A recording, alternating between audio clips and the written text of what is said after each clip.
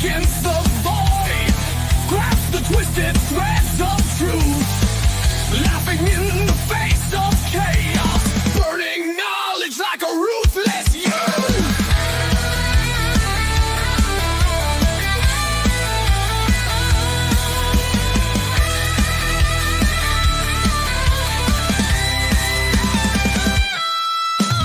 Complex thoughts dance in the fire, cynics grin with a wisecracked ire, fighting shadows with sharpened wits, baring teeth in a world unfair. Wrath the one with biting charm, heart and brain a lethal arm, stand unshaken, minds collide, laughing with the storm inside. We're the one with biting charm, heart and brain a lethal arm, stand unshaken, minds collide, laughing with the storm inside.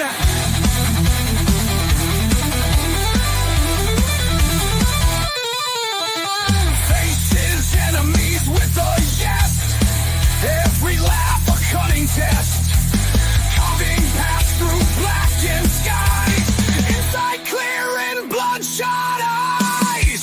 In the maze of thoughts ensnare, every joke a blade prepared, cuts through lies with humor's flair, unseen wisdom few can bear.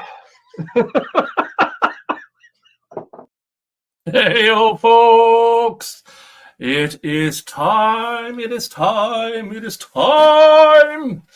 for day 3 of the California versus Monica Sementilli murder trial. Or as I affectionate and very diplomatic say, cheating hussy murder trial. Now, we have learned so far that the prosecution, Miss... I don't care. This Deputy District Attorney something likes to talk. He had an 8-hour opening statement. Then we all learned that Blair, Johnny Depp's former attorney, is representing Monica Sementilli. And okay, now it's getting interesting. Now, her opening statement, a tad long, but we learned a lot.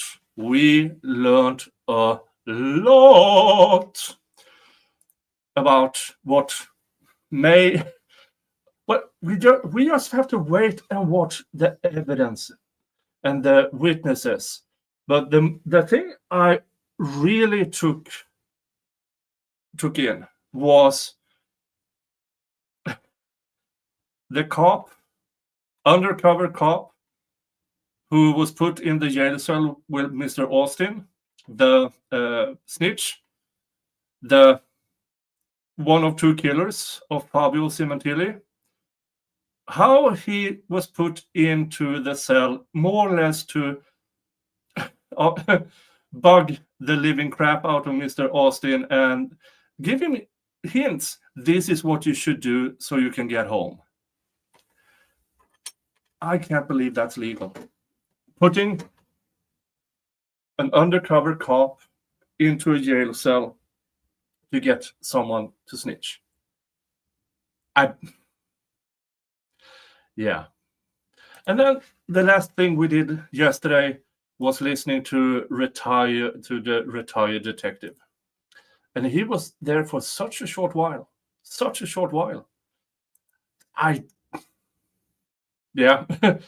Don't know. He was the one who everything in this case rested on his investigation. So I assume he's coming back.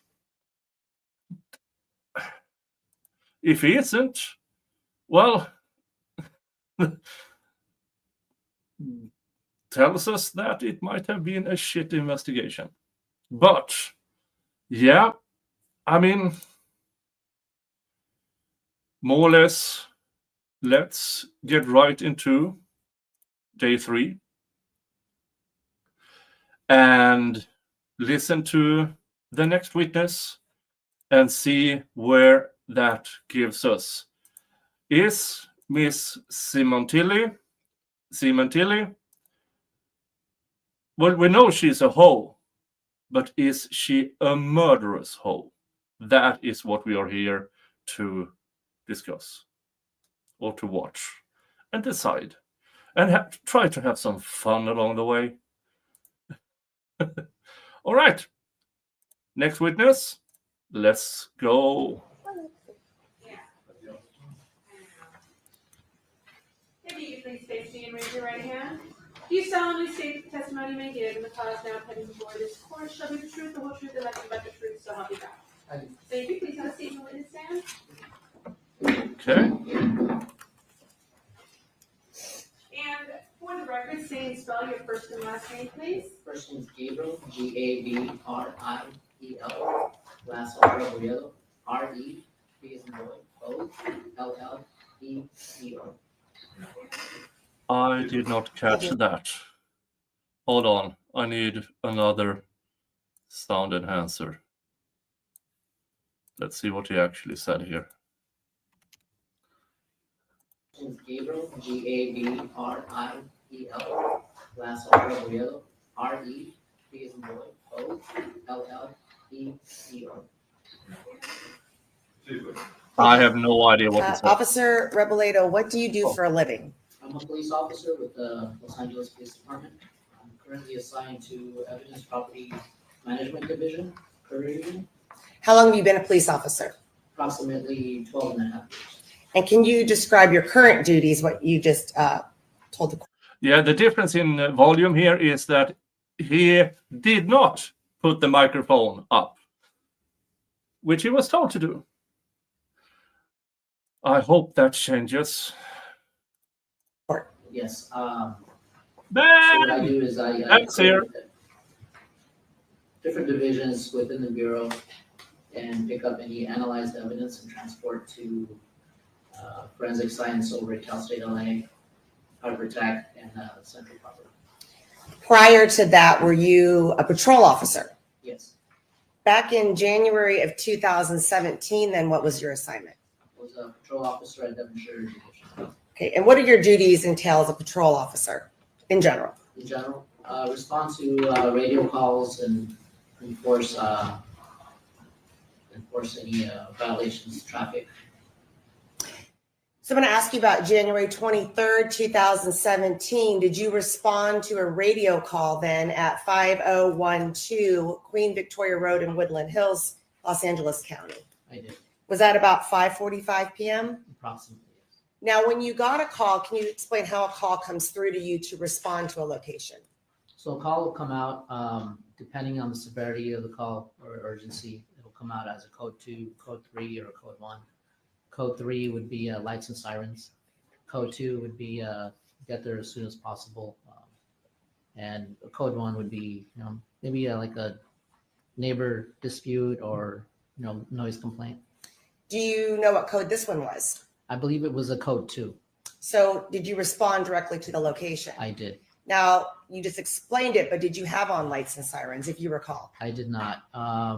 The comments of the call was to meet the fire department for a possible assault victim.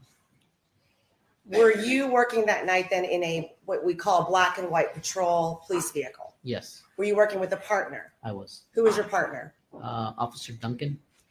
And were both of you in uniform, meaning police LAPD uniform? Yes.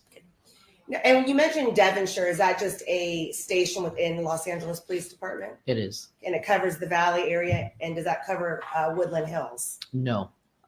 So when we received the radio call, it was assigned to Devonshire, an available Devonshire unit, because that area normally is covered by Topanga.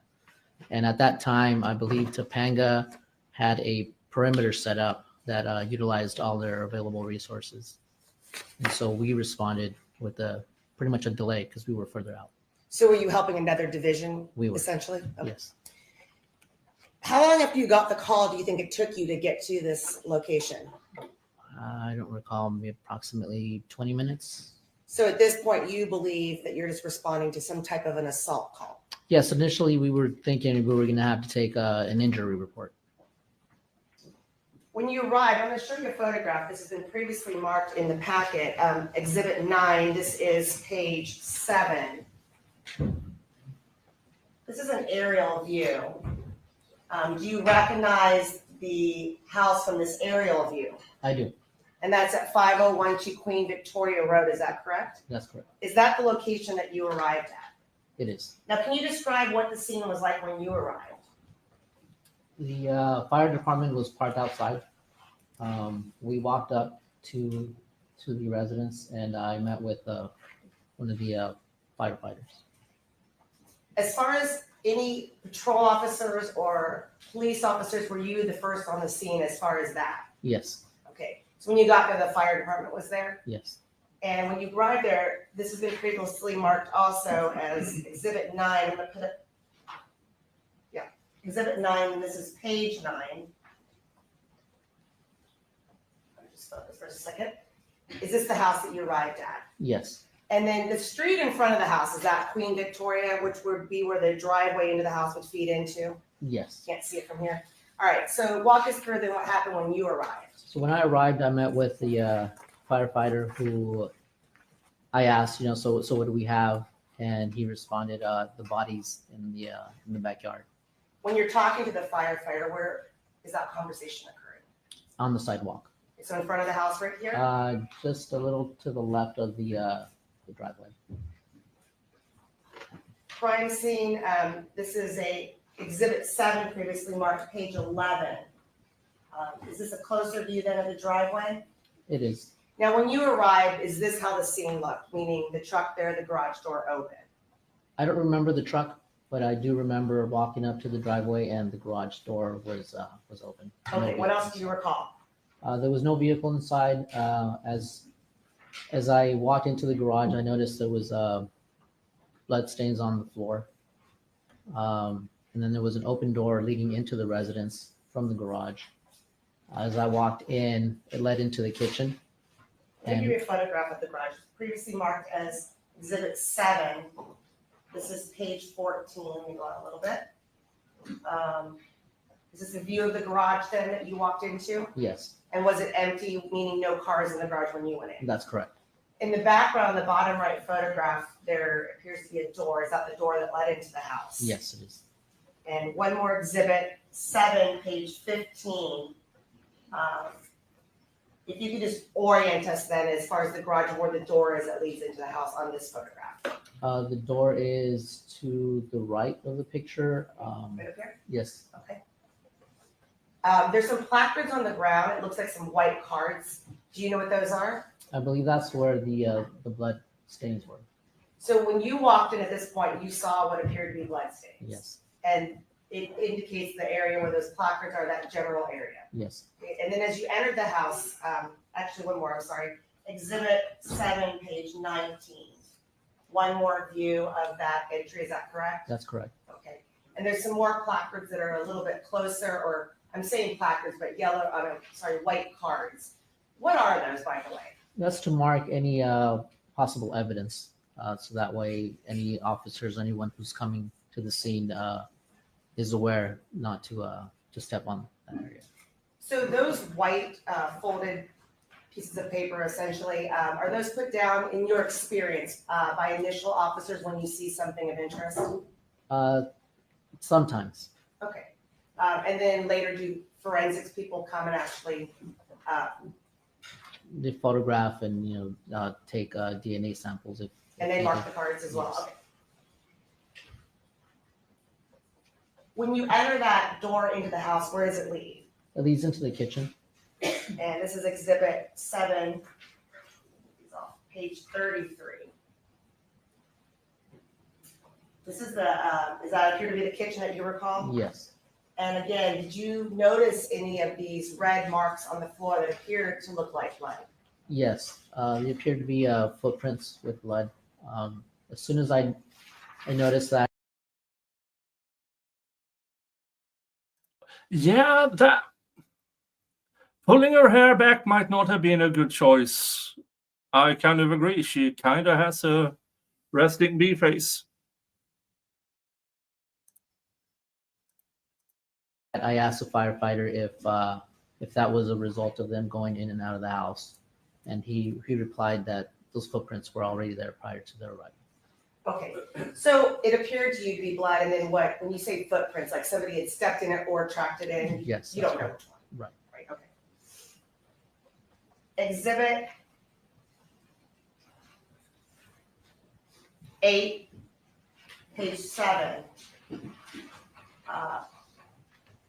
In the background, there is a door right here. Is that the door from the kitchen? It is. Okay, can you just kind of orient us to what you did after you walked through the kitchen, saw what appeared to be blood? Did you walk out to this patio? Yes. So as soon as I walked in, I observed the footprints. Walked around the island, and the firefighter indicated that the wife and the victim's children were sitting at the dining table.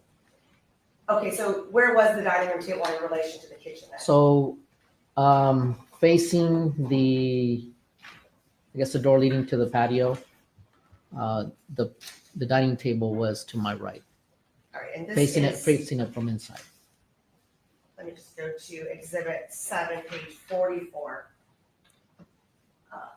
In the bottom right photograph, there Yes. appears to be a dining room table. Is that where you saw people sit? Yeah. So I was standing between, I would say, between the dining table and the island, facing the door leading out to the patio.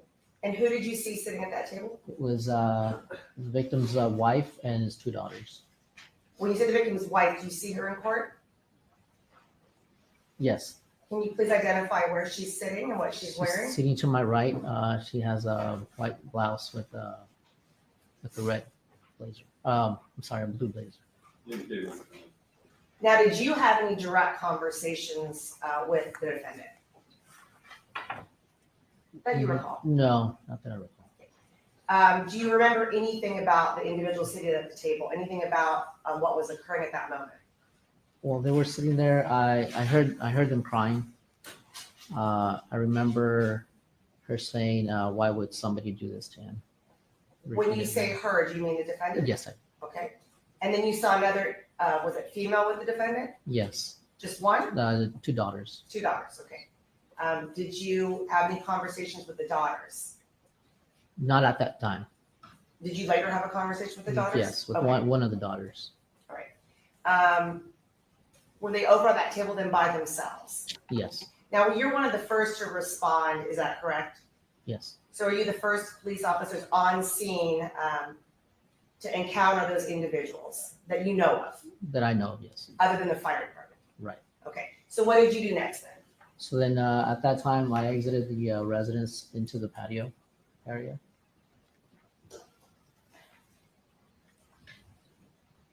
And this is exhibit 8, page 8. Is that the patio area you walked on? Yes. All right, and can you explain what you saw there? So when I walked out, I remember seeing the victim with his chest and his head resting on the seat of a patio chair. He had blood around his neck and blood on the floor. Is that indicated in the photo where the victim is? Yes. Is there a pointer up there? Or no? Yeah. It should be. Behind his TV as well. You just extend that and then turn around to the screen and just, I'll show you some more photographs, but just for exhibit 8, page 80. Can you indicate where the victim is then? The victim is right. And you're pointing to the middle of the photo, it appears to be an individual lying over a chair. And is that the position that you first encountered the victim? Yes. Exhibit 8, page 9. Again, is that a closer view? Yes. Now, there's some yellow tape, I'm sorry, well, tape, yes. Did you put that up? No, Was that up when you got there? it was.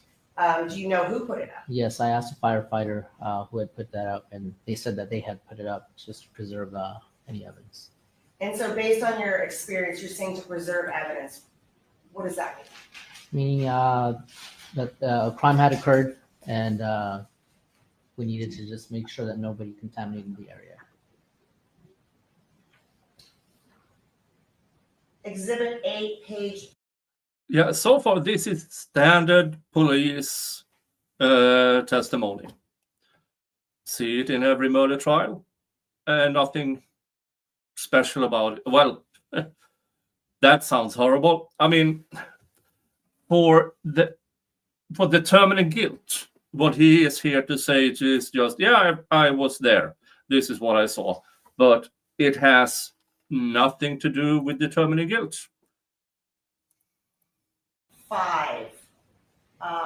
You orient us as far as the direction of this photograph where we're looking. Yes, so this is the kitchen area leading out to the patio. And then exhibit 8, page 6. Again, this is just another angle. Yes, He shows where the kitchen door is again, that's right. and you're pointing to the left photograph, the door that leads into the house. Yes. On exhibit 7, page 10, do you recall a fire pit being there? Yes. it had Where's a- the fire pit? Fire pit was behind him, this right here. It had an open flame. Had also observed a television that was on. Okay. And you pointed to a round cylinder type object in the bottom Yes. left of the photograph. And you recall the flame being on? Yes, The TV was on, you said as well? it was. And where was the TV? TV would, let's say it was, I believe it was, let's see, in this area back here. Okay, 1 second, let's go to photo that one. All right. And this was exhibit 8, page 7. He shows where the TV is. And you're pointing to the top of the photograph where there is here's the television screen. Okay, what did you do next then? So the next, I walked into the residence and figured I needed to escort everybody out of the house. So I directed them to walk, exit the house through the front door Why were you clearing everyone out of the house? to pretty much preserve any other evidence that might have potentially been there in the area. Is that standard procedure then at a crime scene to remove individuals from around and near a crime scene? Yes. And when you say preserve evidence again, can you kind of break down what does that mean? Well, we hadn't cleared the residence yet.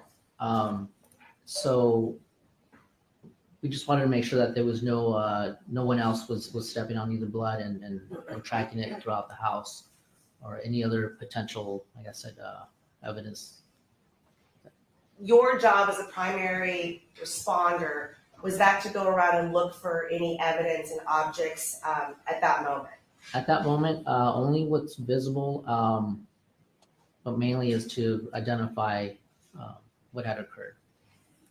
Then as you were there, did more officers proceed to arrive? No. At some point, more officers came. Yes. Okay. So while you're there, were you still there when officers started arriving, detectives and that? Okay. Yes, I was. Okay.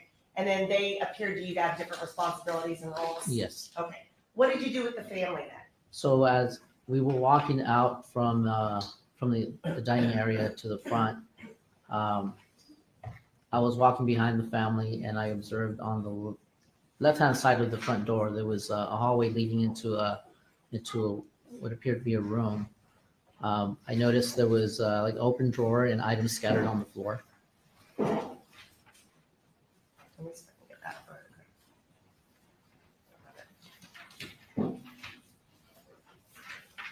One moment.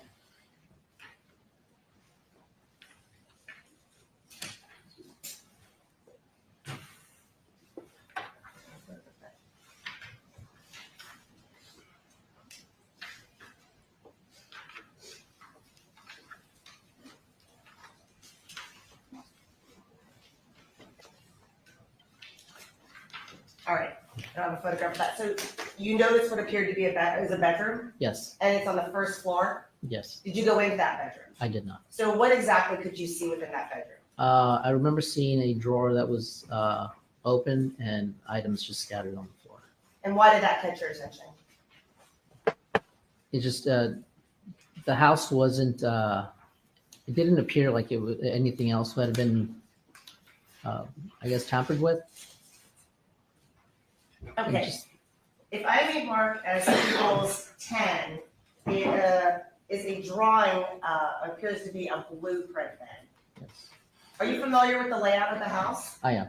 Can you describe then your point of entry, just walk us through, and then that bedroom that you looked into? Sure. So this is the driveway, and this is the garage. And so I have to describe what you're doing for the record. So you're talking, if you could talk it through in the bottom left corner, you entered, or bottom right corner, you entered in through what's marked driveway. Right. And then I walk into what's marked garage, Okay. and there's a door just at the bottom of that side there in the center of the picture. This leading into the kitchen. So this is where I observed the what appear to be footprints with blood. I walked around this island here, and this is where the firefighter indicated the family was sitting in this area. And that dining room table, by the way, I'll keep that exhibit up, but People's 7, page 45, is that the dining room table? Yes, And then do you remember, there's a placard there marked 21. Do you have any idea what that is? I don't. Go ahead. And back to exhibit 11. Okay. 10, I'm sorry. So as I walked around the island here, I exited the kitchen into the patio area, which is marked patio. And that's where I observed the fire pit with the open flame and the television that was on. At that moment, I went back into the residence and escorted the family out to the front door, and the front door leading over this side here. If I go mark is People's 11, Your Honor, it's a, let me see if it's 30. I'm sorry, 30 marked in the book. It's exhibit 7, page 46. We see a picture of what you've already identified as the family room. Do you see the front door in that photograph? Yes, front door is right. Okay, so you walk the family then through the living room to the front door, Yes. and then what? If we can go back to the previous picture. And that's exhibit 10. So as we're walking here, the family starts to exit the residence. This is where I was able to catch a glimpse of this room here. There was a door leading to a room here. And you're pointing to a room that has an M bedroom label, is that correct? At the top. This one here, yes. So this is where I observed items scattered on the floor. And then what happened after that? And we exited the residence through the front, walked out down the driveway, and as we escorted the family out to the to the sidewalk, we put up crime scene tape to block off the driveway. Exhibit 752, was that the doorway in the very back that you could see into? I believe that's it. So that's basically, is that a snapshot of the glimpse that you got? Yes, And no more than that, just to see that some doors that's were open? correct. Okay. What happened then when you got outside? So as we got outside, like I said, we had taped off the driveway, and immediately contacted Devonshire Watch Commander and Topanga Watch Commanders to let them know what we had discovered. When you say take off the driveway, exhibit 7, page 10, is that a photograph then, an accurate one of the driveway that you recall with the gates right there? Yes, And when you arrived, do you recall the gates being opened? they were open. And your testimony is you don't remember the truck being there one way or the other, is that correct? That's correct. Okay, so the tape right there, that was put up by you or someone in your presence? That was put up by, I believe my partner had put that. And that tape again is to keep people from going in and out, is that That's correct? Okay. Do you, the individuals that you spoke to, you talked about the defendant and 2 females. If I may mark as People's 11, a photograph of a female individual. Do you remember this girl as being one of those 2 females Yes. that you identified as one of the daughters? Yes. And if I may mark as People's 12, another photograph of a second female with long hair. Do you recognize this individual as well as being one of those 2 females? I One of do. the 3 females? Yes. Okay.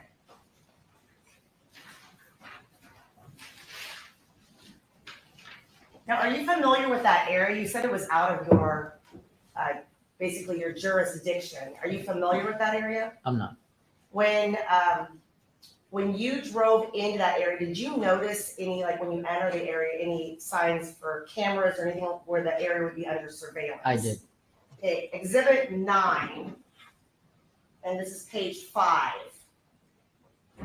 Did you pass this on your way in responding to the location? Yes, I do. And there's some circled areas on the photograph. What were those, or what are those? So one is a sign indicating that there's video surveillance, and the other is the camera.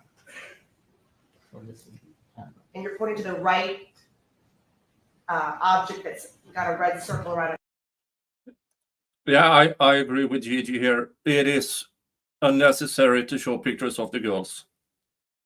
Now, I do believe they will be called as witnesses in this trial, but yeah, those girls have been through enough. There's no need for that. The two objects is the one on the right, correct? That's correct. The road that's running up and down the photograph to the left of that camera, do you know what road that is?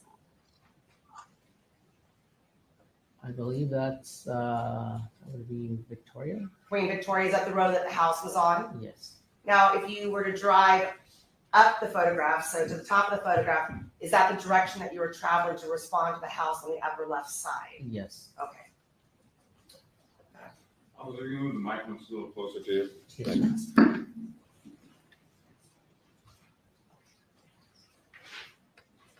Oh yeah, yes. Please put the microphone closer. Is that 12? Very much better 12, I believe so. My last name's at 12. Your last good as well. Yes. Okay, I put 12 back up there. That road, do you recall? Sorry, If you're, that's not 12. No, this is 12 is exhibit the 9. oh, sorry, get the packet. Exhibit 9, page 5, yes, thank you. That Queen Victoria from that direction, from where that camera is going up, do you remember how far up that hill the house was? I don't, but I know it was quite a walk.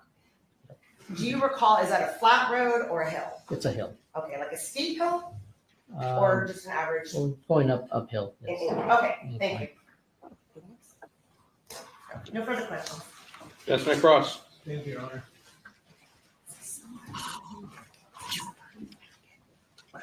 Good morning, Officer Good morning. Rebolledo. Is it Rebolledo or Rebolledo? Rebolledo. Rebolledo.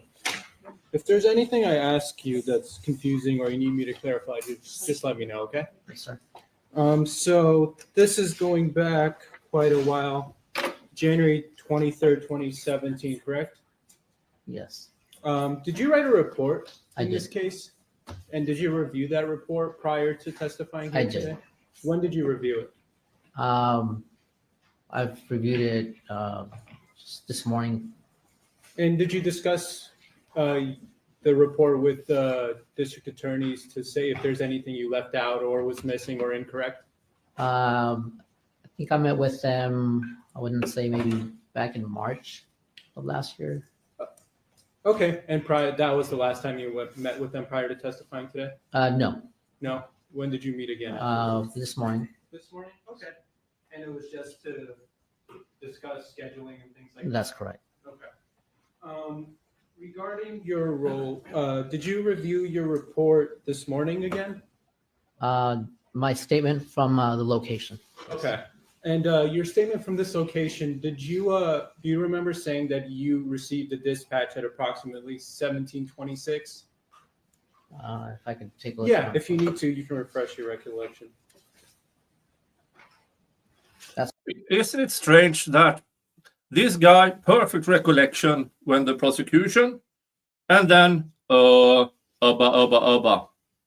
Yeah, that tells me that, well, he's as good as the prosecution wants it to be. Correct. That's correct. So 1726, you received a dispatch for a possible assault, correct? That's correct. And other than that, you had no information regarding what had occurred or anything like that. That's correct. And you said it took you about 20 minutes approximately? I think so, yeah. Sorry, can you just let me finish so we can Sure. get both down? Thank you. And took you about 20 minutes. When you arrived at the scene, you said you entered through the driveway, then walked through the garage, correct? That's correct. Did you go by yourself or with your partner? I went by myself. What was your partner doing when you arrived? My partner was outside of the residence. He was just waiting for you to get back out? Yeah, I believe he might have been talking to the rescue ambulance. The Okay. paramedics. And you first spoke to, I believe it's firefighter Kokinski. Is that correct? Is that who Yes. greeted you? Yes, And he explained to you what the scene was when you arrived? that's correct. And after he explained to you what the scene was, what was your role when you got that information? So at that time, he walked me into the to the residence and directed me where the victim was. So the firefighter escorted you through that residence, correct? That's correct. And just a quick clarification on People's Exhibit 7, page 15. Do you have that? Can I borrow that, please?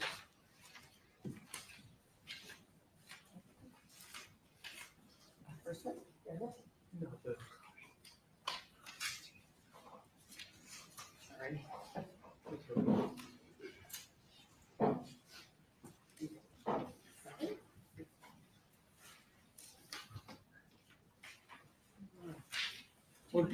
We gave the sets to Esther, so she has all three sets.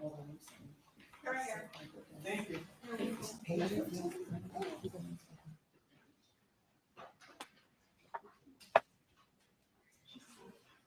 You got it?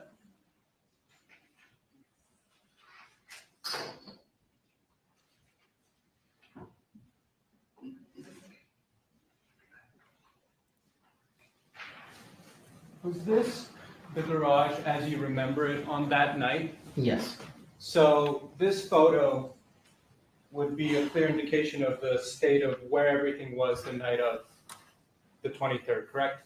I wasn't the one that put up the markers. Okay, I was mainly talking about the furniture, nothing else. As when you remember it when you walked into the garage, as it appears on this photograph, Yes. correct? Okay.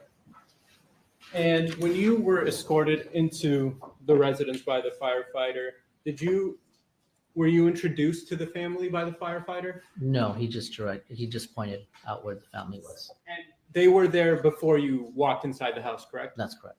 And you heard them crying, I believe you said. Yes, And do you remember you said something about you heard saying, "Why would somebody do this?" Do you remember who said that? I believe it was his wife. The His victim's wife. His wife said that. Okay. And that's who you identified previously in court. That's correct. Regarding the crime scene, your role at that time was just to assess what had occurred, correct? That's correct. And once you did, you noticed the bloody footprints, correct? That's correct. And the firefighter reported to you that it was not his footprints that tracked it, correct, or any other firefighter's footprints that tracked it. That's correct. And was your role, I believe you said you now work in evidence management pickup Or- Yes. in that division? Yes. Sir. That wasn't your role back then, correct? No. So you had no role in preserving evidence, taking pictures of evidence, putting any placards throughout this? No. The extent of your role merely was to assess the initial crime scene, That's correct? correct. And when you got out to the back, you observed the victim's body in the chair, correct? That's correct. Did you touch the victim's body or manipulate it in any way to assess for injuries or anything like that? No. The fire department had already determined that the victim had been deceased, and they had taped off the patio area. So you did not walk into that taped area, I correct? did not. You merely observed, Yes. and anything that you observed that you deemed important, you put into your report, correct? Yes. And afterwards, you walked back into the kitchen, correct? That's correct. And what happened afterwards? Did you go directly to the family? I asked the family if actually no. I asked everyone to exit the residence. Did you So the intro- family. you introduced yourself first, correct? And I don't or no? remember if I did.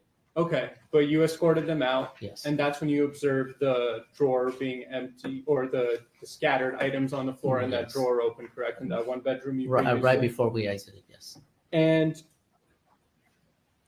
when you walked outside, your partner was still out there talking to the other firefighters, I believe he was. Yes. and you escorted them out through the gate, and then your partner taped off the area. Yes. Did you ever return back inside the house after the?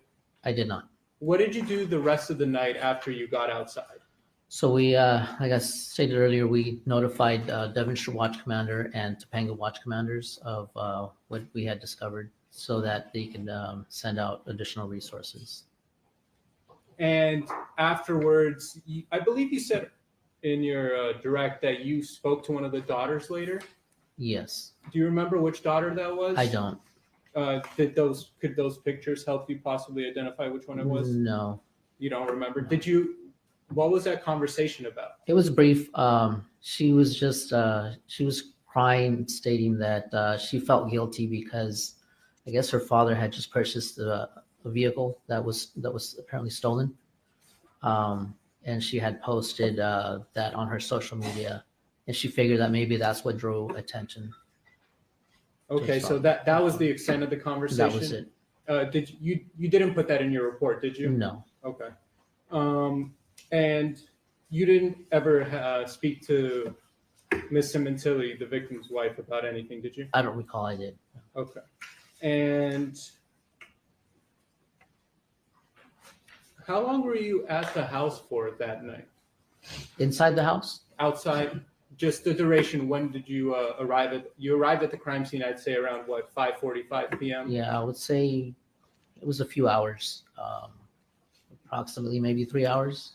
Approximately. Okay. And what was your role after your initial thing throughout? Were you just there to lead assistance if needed or anything Yes. like that? So because it wasn't our division, I notified Topanga Watch Commander, and he immediately sent a supervisor to our area. Like I had stated, Topanga units were stuck on a perimeter at that time. So as soon as there were available resources, they were sent to our location. Understood. And you mentioned, I believe, that you believe the house was tampered with only in that one bedroom you observed, right? The rest of the house you didn't see? That's correct. Did you go into any of the other bedrooms or I- walk around the house at all? I did not. So you don't know what the rest of the crime scene was in terms of how it looked or appeared ransacked or tampered with? That's correct. One moment, Your Honor. Did you report your findings to anyone outside of your watch commander?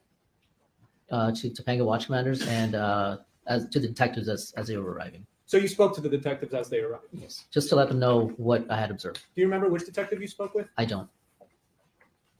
Did you tell them essentially what you testified to today about what you had observed? Yes. Was there any other information that you told them that was not in your report? Not that I recall. Okay. One moment, Your Honor.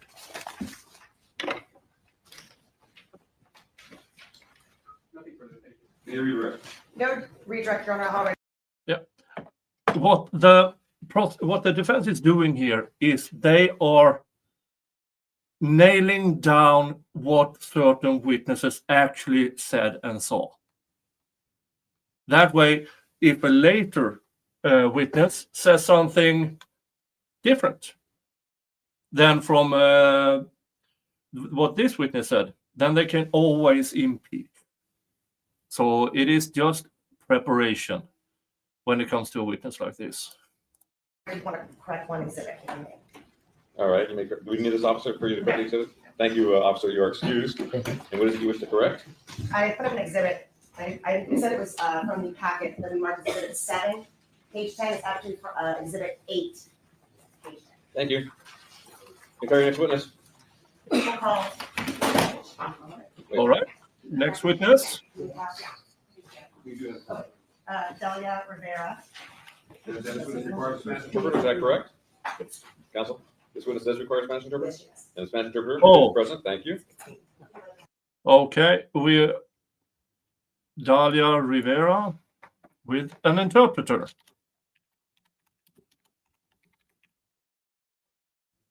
Okay, this will be interesting. Now, often when interpreters interpret, they do it live. So you might hear the interpreter talking while the prosecution is asking questions.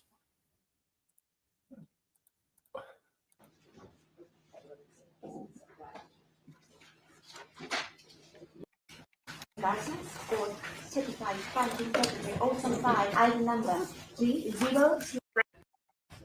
Wish or you stand? No, I'd rather be standing. Thank you. Thank you, Your Honor. May I, for the record, state and spell your first and last name, please? ¿Puedo dar su nombre? Nombre y apellido, por favor. Delia Rivera Pacheco. Delia Rivera Pacheco. ¿Lo puedes deletrear? D-E-L-I-A Rivera R-I-A R-I-B-E-R-A. Pacheco. Hey, Hope. Good to see you. C-O. D-E-L-I-A-R-I-D Victor E-R-A P-A-C-H-E-C-O. And you may proceed. Gracias. Good morning, Mrs. Rivera. Buenos días, señor Rivera. Buenos días. Good morning.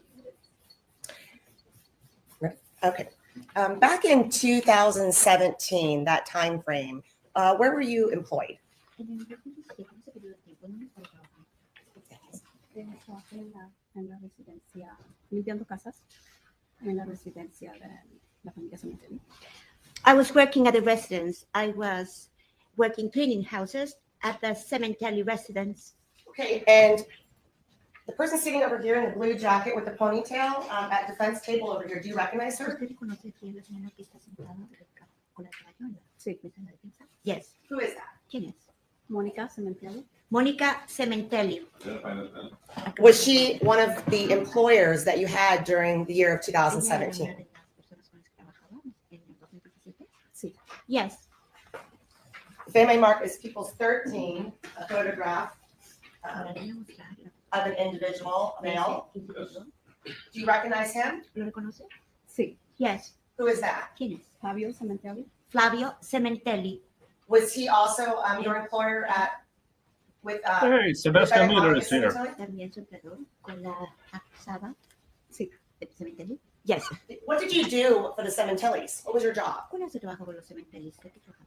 Limpiaba la casa. I used to clean the house. Did you clean other houses during that time frame? ¿Usted limpiaba otras casas durante ese periodo de tiempo? Sí. Yes. And how many other houses? ¿Cuántas otras casas? En esa área limpiaba 6 casas. In that area, I was cleaning 6 houses. When you say that area, is it the area of Queen Victoria Road in Woodland Hills? Cuando dice esa área, habla de la Queen Victoria Road en Woodland Hills. En el área. Claro. Yes, in that area. Did you clean friends' houses of the ¿Y Sementillis? usted limpiaba casas de amigos de los Sementillis? No. No. How often did you clean their house, the Sementillis? ¿Qué tan seguido limpiaba las casas de los Sementillis? Cada 2 semanas. Every 2 weeks. So every 2 weeks you came to the house and then just did standard cleaning, like Venía a la casa, limpiaba floors, kitchens, bedrooms, things of that nature? cocina, cámaras, cosas así. Sí. Yes. How long, as of January 2017, how long had you been working for the Sementillis cleaning their house? Enero del 2017. ¿Cuánto tiempo llevaba limpiando la casa de los Sementillis? 2 años y medio. 2.5 years. Putting up Exhibit 11, do you recognize En el that individual? 2011, ¿usted reconoce a ese individuo? Ese individuo. Sí. Yes. And who is that? ¿Quién es? Jessica Jessica. Sementilli. Was she- Jesus Christ, you have the name on the tag, and you're asking her, do you know who this is? Sementilli. family? Y ella era de la familia. Sí. Yes. One of the daughters? Una de las hijas. Sí. Yes. And then People's 12, do you recognize her? ¿La reconoce? Sí. Yes. And who is that? ¿Quién es? Isabela. Isabela. And that was another daughter? Otra hija. Sí. Yes. Would you say that you were close friends with the family? ¿Usted puede decir que era como cercana a la familia? ¿Como amiga cercana? No. No. Everything, did they treat you nice? ¿La trataban bien? Sí. Yes. Good employers? Eran buenos empleadores. Sí. Yes. Showing you Ahora le vamos a mostrar Exhibit 9, page 9. el documento 9 de la página. Is that the house that you cleaned for them? ¿La casa que usted limpiaba? Sí. Yes.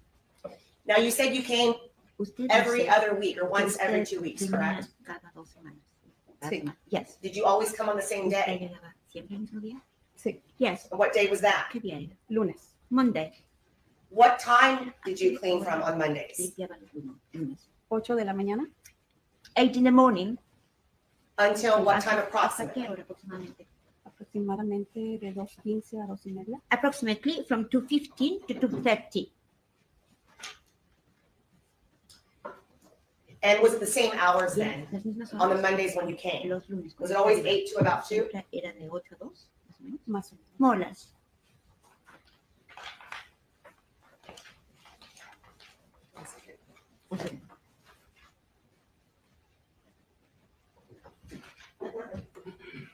Sorry, I'm just kidding.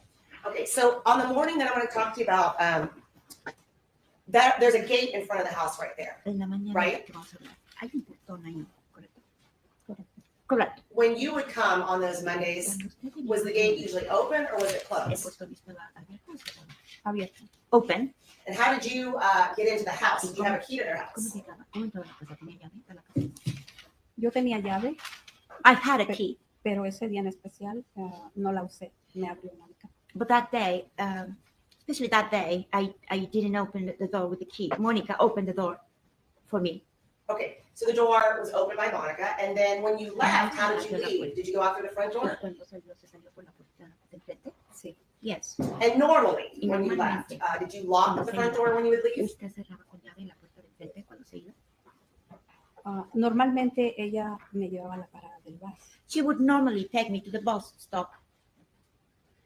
Who would take you? ¿Quién la llevaba? Mónica Sementilli. Mónica Sementilli Would take you to the bus stop. la llevaba a la parada de stop. Sí.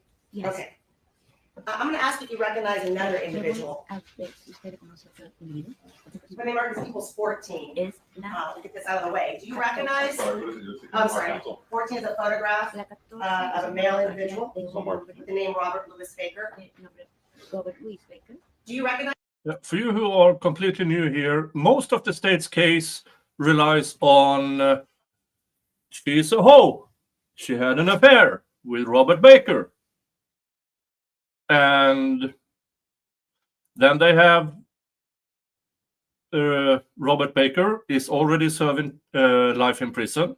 He says she had nothing to do with it, but there were two people who stabbed Fabio Sementilli to death, and they found the other guy last year, and they put him in a jail cell with an undercover cop who gave him pointers on how to snitch so he could go home. And apparently the deal with that co-murderer is that if he testifies, he goes home. That's a hell of a deal just to get to this woman. Him? ¿Usted lo reconoce? No. No. So you've never seen him at the house ¿Usted or nunca around the la house? había visto en la casa o alrededor de la casa? No. No.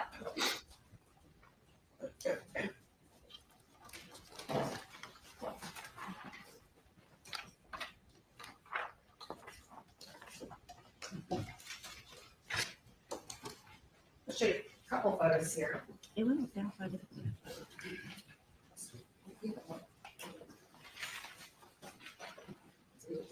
Let me mark this People's 15. Le voy a poner el documento 15 de And that is a photograph of a bedroom with a bed in it. People's 15, and it's labeled on the left. Do you recognize that room? I'm just going to orient you to the house. ¿En qué orientación está la casa? ¿La conoce?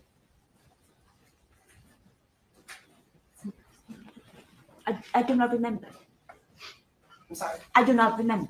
Okay, so you don't recognize. Did you ever go clean the girls' bedrooms, Isabella and Jessica's? Limpiaba las recámaras de las niñas Isabel y Jessica. Sí. Yes. Does that refresh your memory? Does that look like one of the bedrooms that you cleaned? Parecía una de las recámaras que limpiaba. I don't know what this has to do with the murder.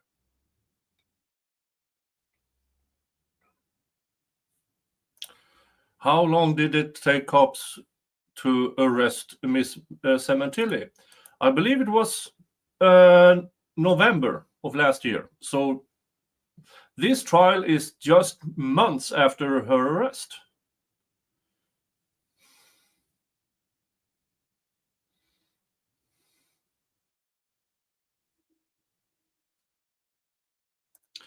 Cindy here asks, or says, yeah, I have to be honest, if they think he stabbed and we let him walk, but think she planned and wants her in prison, I'm safer with the one who did the deed locked up. What was his reason? I don't know what Mr. Austin's reason was, other than he was the friend of Mr. Baker and more or less did everything Mr. Baker asked of him. That's about it. Listening to the prosecution's opening statement, they didn't give much reason. Maybe he will tell us on the stand when he takes the stand.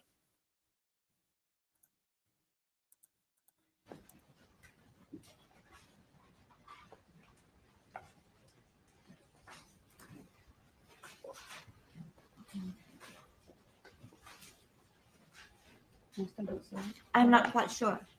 That's okay. The master bedroom, do you recognize the master bedroom? Y la recámara principal, ¿la reconoce? This, if I may mark people 16, Again, what is it, please? it's a photograph of a bed with a green comforter and some shutters. All right. What does this has to do with the murder? Sí. Yes. Do you recognize that room? ¿Reconoce esas? Yes. Okay, is that the master bedroom? Esa es la cámara principal. Sí. Yes. On the right-hand side, there's some shutters, there's some doors. Hay unas And you can see them in the left photograph. Does that lead to the outside? Ya, eso lleva a la parte de afuera. Sí. Yes. Typically, when you were there every other Monday, were those doors open or were they closed? Cerradas. Closed. Do you know if those doors, like behind that, those doors, do they lock? ¿Tienen seguro? A veces tenían seguro. Sometimes they were locked. Sometimes the doors were locked. Does that mean sometimes they were obviously unlocked? Algunas veces estaban cerradas con seguro y a veces no. Lo que pasa es que en una vez yo limpiaba las personas y es cuando me daba cuenta si estaban abiertas o cerradas. What happens is that whenever I have to clean them once, I would know whether they were locked or not. La siguiente vez no las limpiaba, no las tocaba. And the next time I will not clean them, so I will not touch them. Do you remember then back on the day that Fabio died, January 23rd, 2017, do you remember cleaning the house that day? La casa la limpié, las persianas no. Oh, I cleaned the house, but not the blinds. So do you recall then, when you say blinds, do you mean those doors? Yes. Do you recall or do you know if those doors were locked or unlocked? No, no sé. No, las toqué. I don't know because I didn't touch them. Okay. Were they closed like this in the photograph? En esa fotografía están cerradas.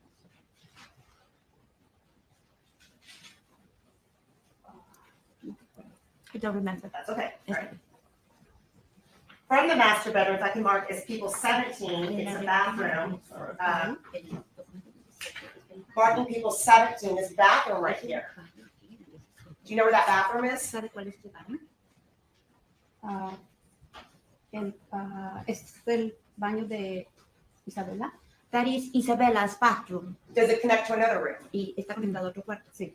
Yes. What room does it connect to? ¿A cuál recámara está conectado? No a la principal, a la siguiente.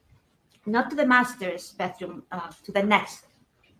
If I may mark people's 18, a bedroom with a closet depicted in it. Very good. People's 18, is this where the bathroom connected? Esta es a la recámara con la cual está conectado el baño. I have no idea why they brought in the cleaning lady to identify the different rooms. No clue. They can get these pictures in via cops or stipulate or whatever's. Sí. Yes. Do you know whose room this is? ¿Usted sabe de quién es este cuarto? Fabio. Fabio. But this is not the master bedroom, Pero correct? no es la recámara principal. No. No.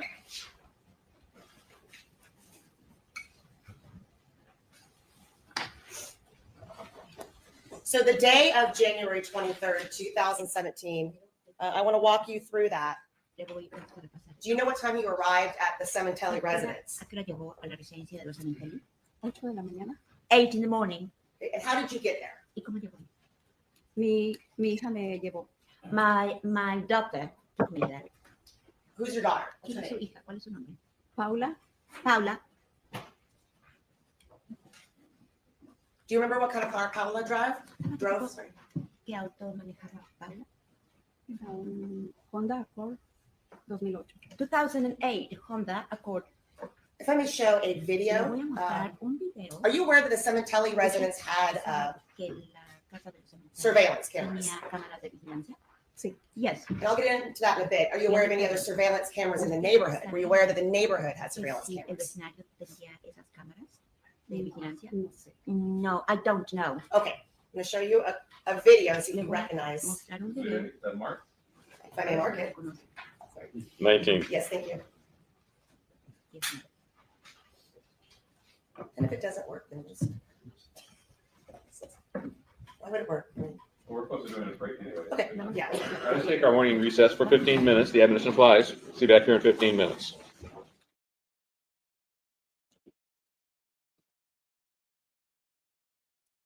Yeah. Cindy asked, did I sleep in separate bedrooms? Maybe. A lot of people do. Me and Miss Viking doesn't even sleep under the same roof unless we go to each other's houses. All right, and thanks to the magic of recap. Skipping.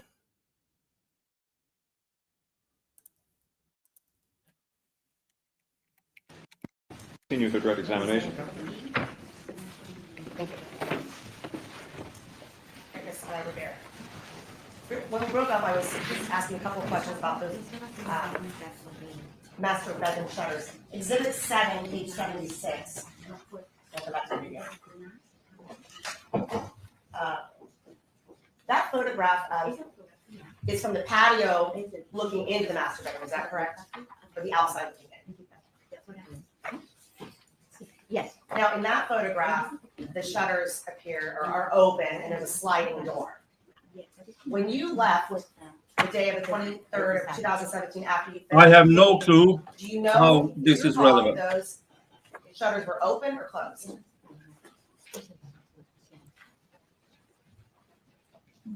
I do not remember. Okay. Where I left off, your arrival, I believe I asked the court if I may mark as People's 19 a video. I'm going to play you just a quick snippet video.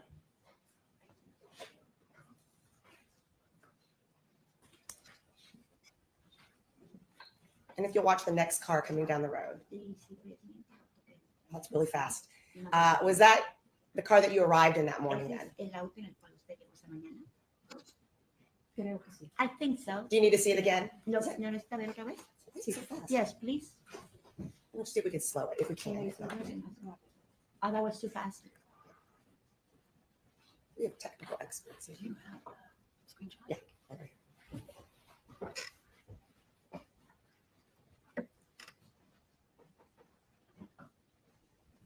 Okay, that car's circled. Is that you arriving? Sí, claro. ¿Ese usted llegando? Sí. Yes. Okay. That's your daughter driving you to work, you said? Es cuando su hija la llevaba a trabajar, ¿correcto? Sí. Yes. Okay, and then you testified earlier. Do you believe it was around 8:05 in the left corner? Does that appear as the accurate time when you came to work? Es la hora en la que llegó a trabajar.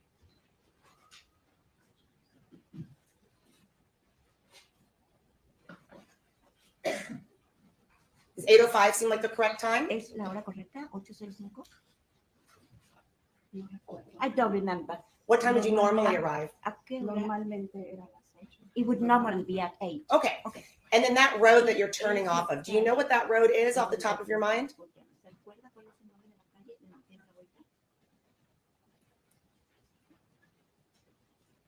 Esta es no, Octeo. ¿Qué dijo? Octeo. That is Oakdale. Oakdale, and then what street are you turning onto? ¿Y en qué calle? ¿A qué calle se van dando vuelta? Queen Victoria. Queen Victoria. Okay, and then after you turn right here, how far is the house from when you turn this corner right here? ¿A qué calle estaba la casa de ustedes? Yeah, again, I have no idea how this is relevant. Dos casas. It's the road to the house, it's the cleaning lady. Okay, The thank you. way. All right, thank you. Gracias. Let me mark this people 20 still shot of the video that was just shown Very well. in court. Okay, and again, people's 20, do you recognize the car that you're dropped off sometime around 8 o'clock? Is that correct?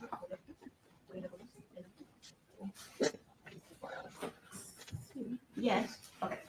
Now, when you got to the location that morning, you said Monica let you in. Was Fabio home when you got there? Sí. Yes. Who else was home? ¿Quién más estaba en la casa? Jessica Jessica. What about the other daughter, Isabella? Did you see La her? otra hija, Isabela, ¿no? no estaba. She was not there. When you saw Fabio, when you got there a little after 8, what was he doing? Cuando yo entré, When yo no lo miré, When I got there, I didn't see him, pero lo escuché que estaba en la cocina. but I heard he was in the kitchen. Normalmente él se está preparando su café. He would normally be preparing his coffee. You didn't see him, but you heard him. Usted no lo vio, pero lo escuchó. Sí. Yes. Tell us what you began to do then. Dígame qué es lo que empezó a hacer. Fui al garage por mis cosas para empezar a trabajar en el cuarto principal. I went to the garage to get my things, to start working in the master bedroom. Did you keep cleaning supplies in the garage? Y en el garage guardaba todos sus implementos de limpieza. Sí. Yes. And then what did you do after that? ¿Qué hizo después de eso? Después del cuarto principal, el siguiente cuarto, que es el donde se quedaba Fabio, After the master bedroom, I went to the bedroom where Fabio used to stay.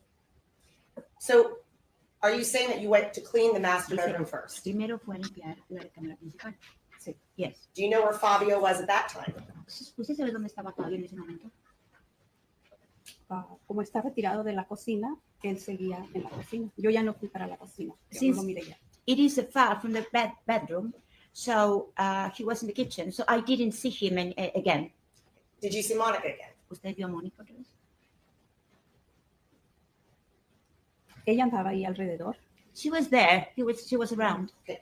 Did you notice anything unusual that day at all? ¿Vio algo inusual ese día? No. No. At some point, En algún momento, did the defendant, eh, Mrs. Sementilli, and usaba la señora leave the Sementilli. residence? Se fue de la residencia, salió. Sí. Yes. What do you remember? ¿Qué es de lo que se acuerda? Recuerdo que salió ella y su hija Jessica. I remember that she and her daughter, Jessica, left. Do you know where they were going? Did they tell you? ¿Se acuerda a dónde fueron? Le dijeron. No me dijeron, pero estaban vestidas con ropa deportiva. They didn't tell me, but they were wearing sports clothes. Okay, like for exercise? Como para ejercicio. Sí. Yes. Did you know them to belong to a gym? ¿Sabes si pertenecían a un gimnasio? No. No. Did you see Fabio leave at any time? ¿A Fabio que saliera en ese momento? En ese momento yo no lo miré que saliera. I didn't see him leaving at that moment. Supe que no estaba porque Mónica cuando se iba a ir, ella me dijo que ahí me dejaba mi cheque y que tal vez regresaba su esposo para llevarme a la parada del bus. I knew that he was going to leave. Monica left me my check, and then she said that her husband was going to take me to the bus stop. So did you ever know before you were done working if Fabio left the house De trabajar. at any point? ¿Usted sabe si Fabio salió en algún momento? No sé si él salió, porque cuando yo bajé de limpiar la recámara de Jessica, es en el segundo piso. I don't know if he left because when I went down after I cleaned Jessica's bedroom, that is on the second floor, Estaba la troca de Fabio y él estaba hablando por teléfono ahí. No sé si llegó o ahí estuvo hablando nada más.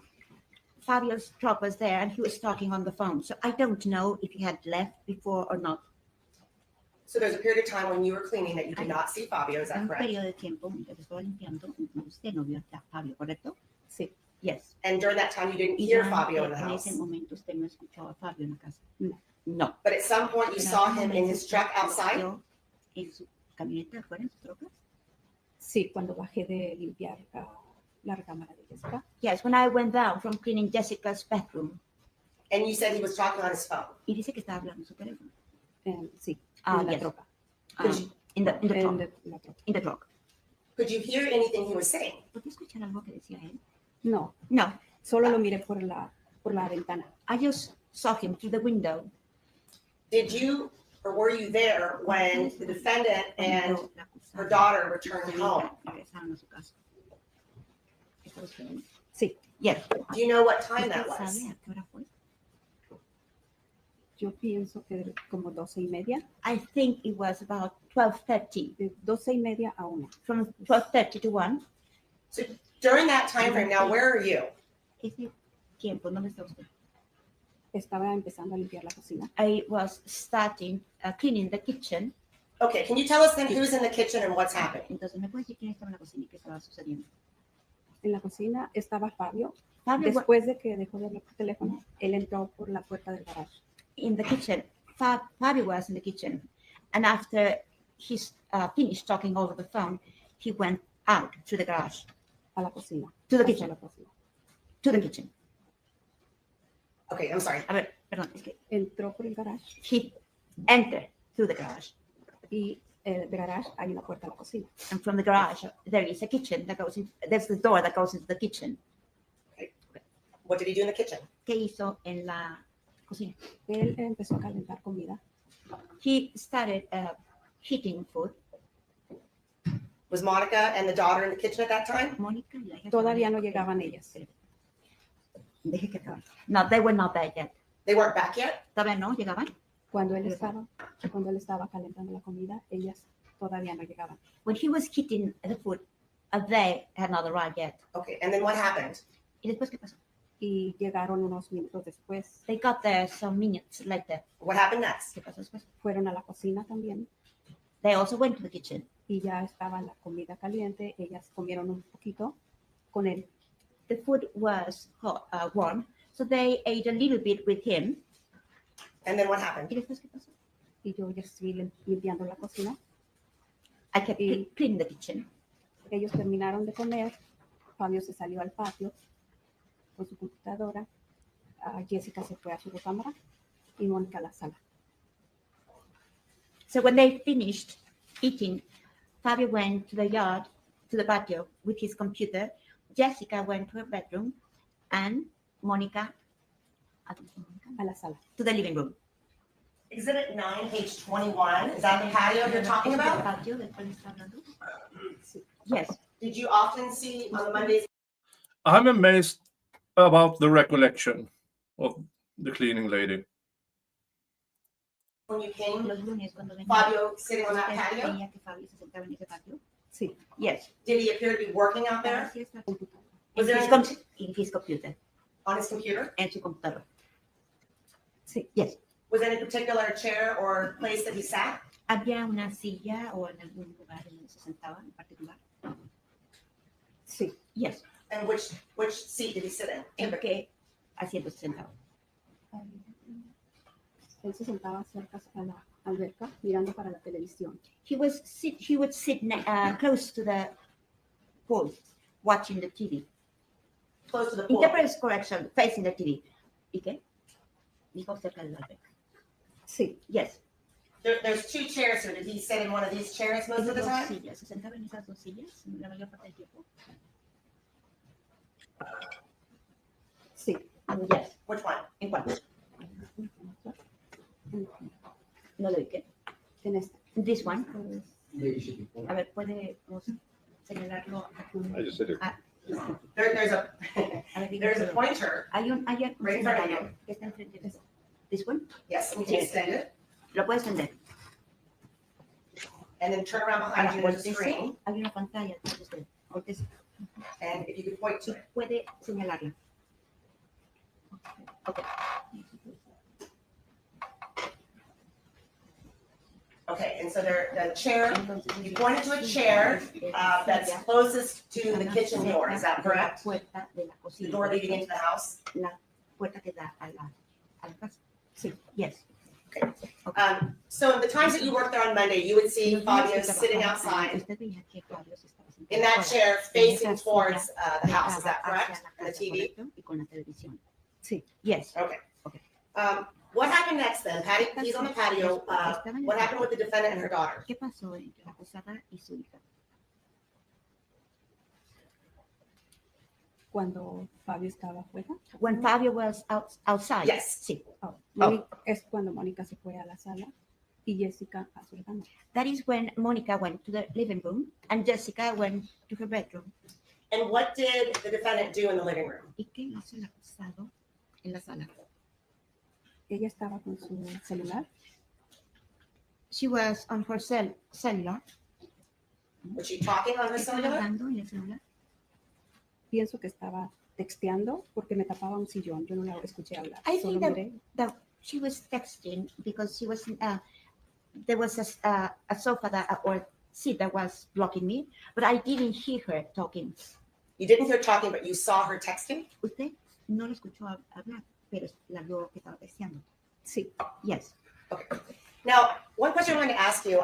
You had cleaned there, you said every other Monday. When you came on Mondays to clean, was Fabio usually working from home? Fabio por lo general trabajaba desde su casa. Sí. Yes. So going back the Mondays before you had come, but prior to January 23rd, 2017, was Fabio working from home those previous Mondays when you were there? Trabajaba en su casa los lunes anteriores que usted había ido a trabajar. Sí. Yes. 3 lunes anteriores.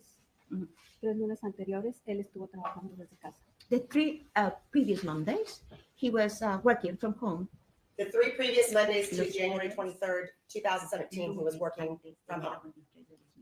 Él estaba trabajando desde la casa. Sí, entraba y salía. Yes, he would come and go. So the 3 previous and then the January date, all of those Mondays, those 4 Mondays, did you work on the patio? ¿Estaba trabajando en el patio? Sí. Yes. Same chair, same direction he La was facing? misma silla, la misma dirección. La misma silla. The same chair. Okay. At some En point, algún momento, did you finish usted terminó cleaning the house, obviously? la casa, obviamente. Sí. Yes. Now, if I may, 30 markers, sorry, People's 7, Exhibit 29, this is the photo. Is that the kitchen? Ahora, 107 de Jimmy. ¿Esa es la cocina? Sí. Yes. Now, in that kitchen, there appears to be a monitor in the upper left photograph, like a screen or a computer monitor. Do you recall that being in the house? Estaba en una computadora un momento. ¿Se acuerda que estaba en la casa? Sí. Yes. Was that monitor ever on where you could actually see things on that monitor? ¿Ese monitor estaba prendido donde usted podía ver cosas? Sí. Yes. And what could you see? ¿Y qué podía ver? Era cuatro cámaras, eran 4 cuadritos. There were 4 cameras, 4 squares. 4 different camera, and where, Diferentes Diferentes you don't have to say direcciones. specifically, but what areas of the house? in different directions. Okay. Can you please repeat that? Yes. The camera, it was Cámara. visuals of camera angles, is that Eran correct? diferentes ángulos de la cámara, visuales de la cámara, ¿correcto? Sí. Yes. Did it show Mostraba screens of inside the house camera footage or outside the house? Erica Thorpe says here, the translator said texting. She didn't. Okay. She just said on her phone. Okay.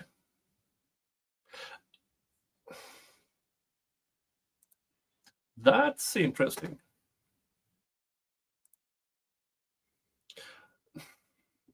Well, you have to rely on the translator actually translating what he said. Apparently not. imágenes adentro o fuera de la casa. Fuera de la casa. Outside the home. Did you see a camera Una cámara. on that screen that covered the patio area where Fabio sat? El área del patio donde se sentaba Fabio. No recuerdo. I do not remember. Do you recall if it showed the front of the house? Sabía si estaba la imagen completa en la casa. Sí. Yes. Do you know anything about the surveillance equipment at the Sementilli house, aside from this monitor and what you could see on it? Aparte del monitor que ve aquí. No. No. Were you there when any of these cameras were installed? ¿Se instalaron alguna de las cámaras? No. No. Recuerdo, no recuerdo. I don't remember. I do not remember. Do you know where the DVR box was that backed up all these cameras? Could you please repeat the question for the Yes. Do captain? you know where the DVR box ¿Usted sabe dónde está? was that backed up all the el surveillance DVR, cameras? guardaba toda la vigilancia de las cámaras. Me imagino que en el garage. I think it was in the garage. Do you know where it was in the garage? ¿Sabe qué estaba en el garage? No sé exactamente. Lo que pasa, una vez no se miraba en una de las pantallas. Eran 4 cuadros. No se miraba en uno. Y Mónica salió al garage. Y luego ya se miró aquí. I don't know how it was, but one day there was a square that didn't have any footage. So Monica went to the garage and then it just appeared Y here. entró y me dijo que ya lo arregló. And she came in and she told me that she had fixed it. Exhibit 7, En el documento 7, page 19. página Is this the 19, Sementilli garage? es el garage de los Sementilli. Sí. Yes. Is that where you saw Monica go to fix the video screen that was blank? Que Mónica fue a arreglar la pantalla de monitor que estaba en blanco. Sí. Yes. Now, looking at the garage, does it refresh your memory at all where that DVR ¿Se box? acuerda en dónde Had been stored? de DVR? ¿No lo guardó? No. No. Okay. Okay.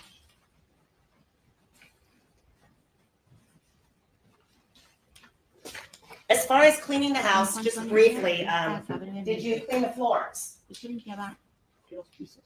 Sí. Yes. Did you clean all the countertops in the kitchen? ¿Usted limpiaba todos los muebles de la cocina? Sí. Yes. And you cleaned the bedrooms? ¿Limpiaba las recámaras? Sí. Yes. Okay, Exhibit 7, En el documento 7, page 40. There's some items in the sink with some markers on it. It looks like a vinegar bottle with a 20 on it and a, hay una botella de vinagre. did you have that out or use that day? ¿Usted lo había usado ese día? No. No. When you left the house Cuando around, I usted believe, salió 2, de 2:30, casa como a las 2:30, had you ever seen that ¿alguna vinegar vez bottle that day? había visto ese video, esa imagen, esa botella ahí? No. No. What about the blue rag in there? Y el tap Ay, but you know, Tampoco estaba ahí. it was not there either.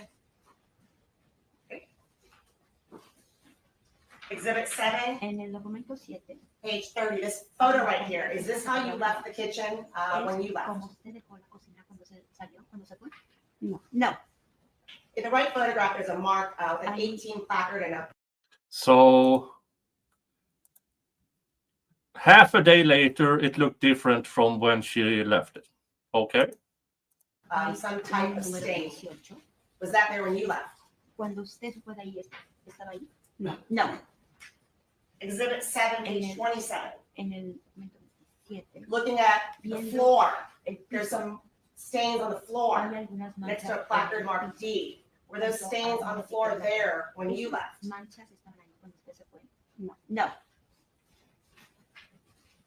Exhibit 7, En el page documento 33. en el 33, Again, you'll see a placard with an A. There's some red stains, looks like some footprints. y hay unas Was that on the floor when you left? cosas como huellas. Estaban ahí cuando usted se fue. No. No. And in fact, you would clean the floors, right? Que usted limpiaba los pisos, correcto. Correct. And another Y photo, después, exhibit 7, 26, some additional siete, stains on the floor. There's red boxes around in the photograph. Were those stains on the floor when you left that day around 2, 2:30? En el piso cuando usted se fue en enero 23. No. Enero 23. No.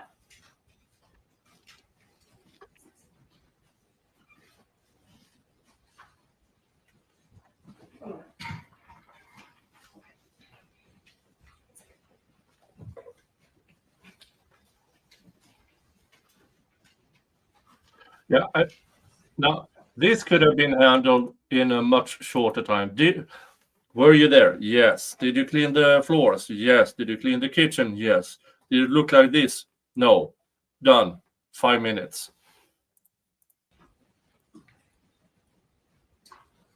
When you left, did you leave through the front door? Cuando usted fue de ahí, salió por la puerta. Sí. Yes. Exhibit 7, page En 47. el documento 7, Is this the entryway, meaning there's a front door on the right-hand photograph? Is that the front doors of the house? puerta en la fotografía de la derecha. Esa es la puerta del frente de la casa. Sí. Yes. And Y that door, when you left, did you leave it open? salió de ahí, la dejó abierta. No. No. I do have a couple more photos to show you. Exhibit 738, just some close-ups. Again, some stains around the kitchen sink area. Were those there when you left? En el área del fregadero estaban ahí cuando usted se fue. No. The master bedroom, you In cleaned the master bedroom as well. I know we talked about the shutters, but did you clean the master bedroom that day? Limpió la cámara principal ese día. Ya hablamos de los persianes, pero limpió la cámara principal ese día. Sí. Yes. Exhibit 7, En page el 56. 7, página Do you recognize that room? ¿Reconoce ese cuarto? Sí. Yes. What is that room? ¿Cuál es ese cuarto? Es a la entrada a la recámara principal. That is the entrance to the main bedroom, master bedroom. Okay, first of all, you can see a drawer pulled out in the upper left corner on the countertop, the drawer pulled out. Was that how you left it when you left the house? Cajón abierto. ¿Estaba así el cajón cuando usted salió de la casa? No. No. There's also También multiple hay items muchos on the objetos ground. en Were el those items suelo. there when you left? ¿Estaban ahí cuando usted se fue? No. No.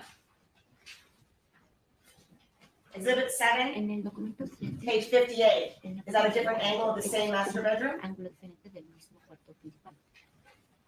Sí. Yes. Directing your attention to the Ahora top left veo photograph, there's again items la kind fotografía of strewn del about objeto. the floor. Were those Hay items there when you objetos left? en el piso. ¿Estaban ahí cuando usted salió de ahí? No. No.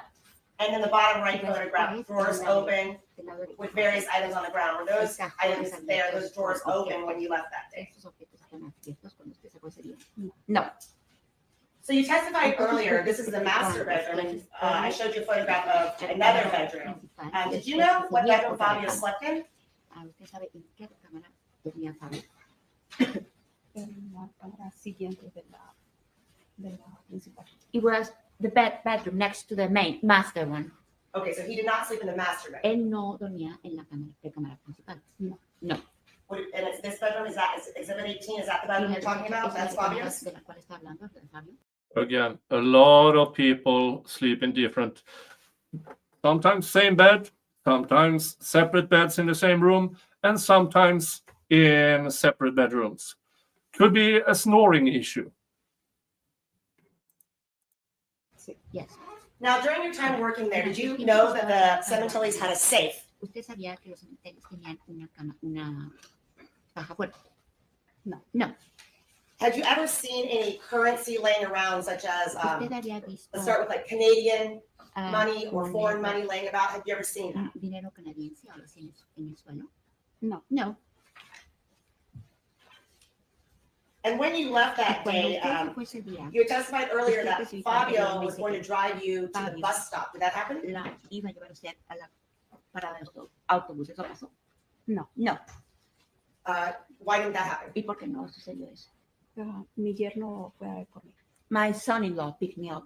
Okay, was Okay. Fabio still home when you left? ¿Y Fabio estaba todavía en la casa cuando usted se fue? Sí, Yes. And where was he when you last saw him? ¿Y dónde estaba él cuando usted lo vio por última vez? en el patio. In the patio. Same seat? ¿En el mismo sillón? Sí. Yes. And where was the defendant and her daughter when you Y left? la acusada y su hija, ¿dónde estaban cuando usted se fue de ahí? Mónica seguía en la sala, Monica was still in the living room. estaba hablando por teléfono. She was Ahora sí estaba en el teléfono. she was talking over the phone. Now she was talking at that time over the phone. Now she's on the phone. Do you know who she Ahora- was talking to? Estaba en el teléfono. ¿Sabe con quién estaba en el teléfono? No. No. Did you hear her say anything that caught your attention? ¿Ella dijo algo que le llamara la atención? No. No. And then the daughter Jessica, was she still home? ¿Y la hija Jessica todavía estaba en la casa? A ese momento yo no supe si ella salió o no salió. At that moment, I didn't know whether she was gone or not. Did you know anything about Jessica having a babysitting job that day that she needed to leave for? ¿Usted sabía si Jessica tenía que salir a trabajar para hacer babysitting? No. No. And then Isabella, Isabel, was she ever home that day when you were home? cuando usted fue a la casa, Isabel estuvo en la casa ese día? No. No. That's interesting because when they started asking questions about did you see the other daughter, she only said she didn't see her. And now it's all of a sudden the other daughter was never there. So why no objections? After you left, Después de que when usted did you fue, hear that something had happened to ¿cuándo Fabio? fue que usted supo que algo le había pasado a Fabio? Eso pasó el lunes, yo supe el miércoles, cuando That- fui a trabajar con otra clienta ahí cerca. That happened on Monday. So I knew on Wednesday when I went to work with another client that was nearby. Did that client tell you? ¿Y esa cliente le dijo? Sí. Yes. Okay. Did you ever, within that week, ¿Y en esa go back semana to that house? usted regresó a esa casa? No. No. Now, you've been working there 2.5 years. Did you continue after this working there? Trabajando 2 años y medio. ¿Usted continuó trabajando después? Sí. Yes. Did you have any conversations with the defendant, Hubo una knowing what has now happened, if you're going to continue cleaning the house? que, sabiendo lo que había pasado, tuvo comunicación con ella en cuanto a que usted va a seguir limpiando la casa. No, solamente fui a trabajar y seguí trabajando. No, I just went there to work and I continued working. So did you stay on your schedule then in 2 weeks, every other week? So 2 weeks later, you went back at 8 a.m. to 2 clean again, is that semanas correct? después seguía usted yendo 2 veces a la semana, un día a la semana sin mínimo. Sí. Yes. And was the defendant there when you went back 2 weeks later? ¿Estaba allí cuando usted regresó las 2 semanas después? A las 2 semanas después no. ¿Tú No ves? estaba ella, es cuando estaban haciendo lo del servicio. No, she was not there. That is when they were doing something about the service. Se fueron, no sé, creo a Canadá a llevar a Fabio. I don't know. I think they went to Canada Okay. to take Fabio. Interpreter's correction, the memorial, the funeral service. So you believe they were out of town? Usted pensaba que estaban fuera de la ciudad. A mí me llamó una vecina de ella One of her neighbors called me y me dijo que cuando fuera a limpiar la casa de Mónica, llegara con ella por una cubeta, que ellos no iban a estar. and she asked me when I was going to go to clean their house, to go to her house to pick up a bucket because they were not going to be there. Let me break that down. A ver. Clean the neighbor's house, or the client's house, or the Sementilli house? Que iba a limpiar la casa de la vecina o la casa de los cementerios. Que fuera a la casa de la vecina a recoger una cubeta para limpiar la casa de Cementilli. To go to the neighbor's house to pick up a bucket Who told you to, that? to clean Cementelli's house. ¿Quién le dijo? La vecina. The Me neighbor. llamó. She called Me me. llamó. She called me. And told you to go to her Y me house, the dijo neighbor's que house, fuera a la casa de la vecina and pick up a bucket y que recogiera una cubeta. Sí, Yes. to clean the Sementilli house. Para limpiar la casa de los cementerios. sí. Yes. así es. Why was that? ¿Y por qué fue eso? Para que, sí. What was what? Okay, why would the neighbor call you to come to her house to pick up a bucket? What was it for? Para ir a su casa para recoger la cubeta. Porque no estaba la cubeta, era la cubeta en la que yo ponía mis- It's fine. It's fine. You went and got a bucket and you went to the Sementilli house. Usted fue How long a did la casa de la vecina para ver la casa de los cementerios, para limpiar la casa de los cementerios. Yes. okay, yes. How long did you continue ¿Cuánto after tiempo this, continuó haciendo esto después the death of Fabio Sementilli? How long did you continue cleaning his house? Fabio Sementilli? ¿Cuánto tiempo siguió usted limpiando la casa? hasta que arrestaron a Mónica. Until Monica was arrested. Was there any conversation that you ever ¿Hubo had una with the defendant conversación que usted tuvo that con la she was acusada? going to terminate your employment Ella iba a dejar, quitarle el empleo a usted No, prior to the arrest? antes del arresto. No.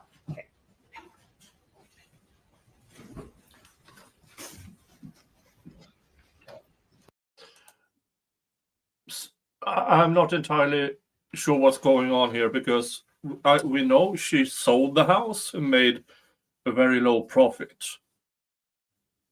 So how did she sell it while after she was arrested? Yeah, maybe she had to get herself an attorney. But I'm not following this. I mean, it's so much hearsay, so much leading, and it goes nowhere.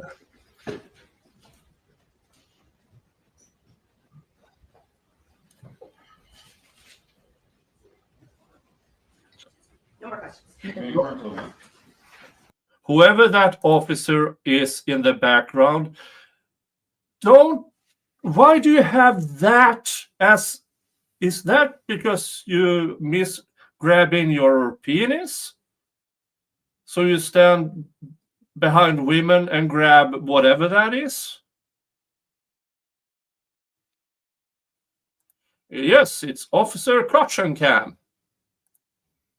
Erica Thorpe, why isn't she translating everything she is saying? I don't know, but it's up to the defense.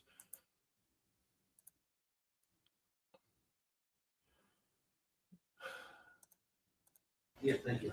Gracias.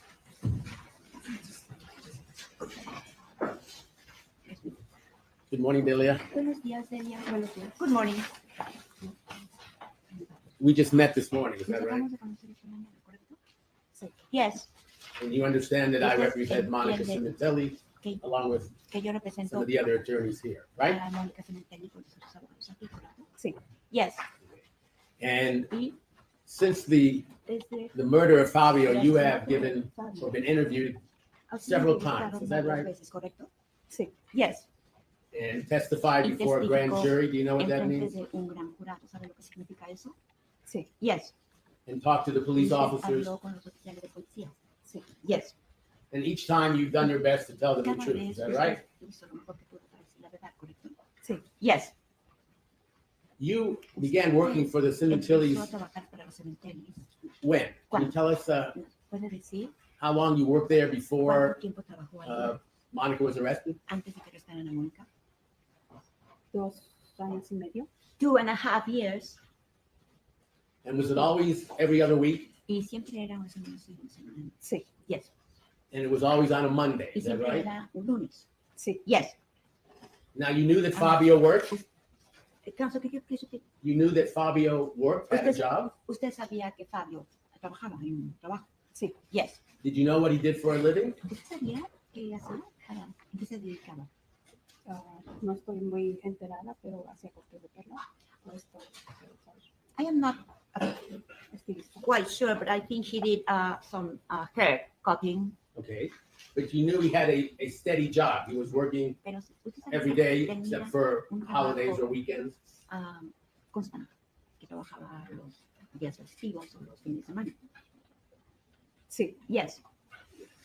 Do you have any idea of what his schedule was when he was ¿Sabía working? cuál era el horario que tenía cuando trabajaba? Exactamente no, pero cuando yo iba el lunes, él iba saliendo a veces a su trabajo. Not exactly, but when I used to go there on Mondays, he was leaving to his work. Hi, for someone. He was leaving for his work. Se iba a su trabajo. Sí, es lo que me imagino. Yes, that is what I Salía con imagine. su maletín. Salía con su maletín. me imagino. He would go out with his briefcase. Okay.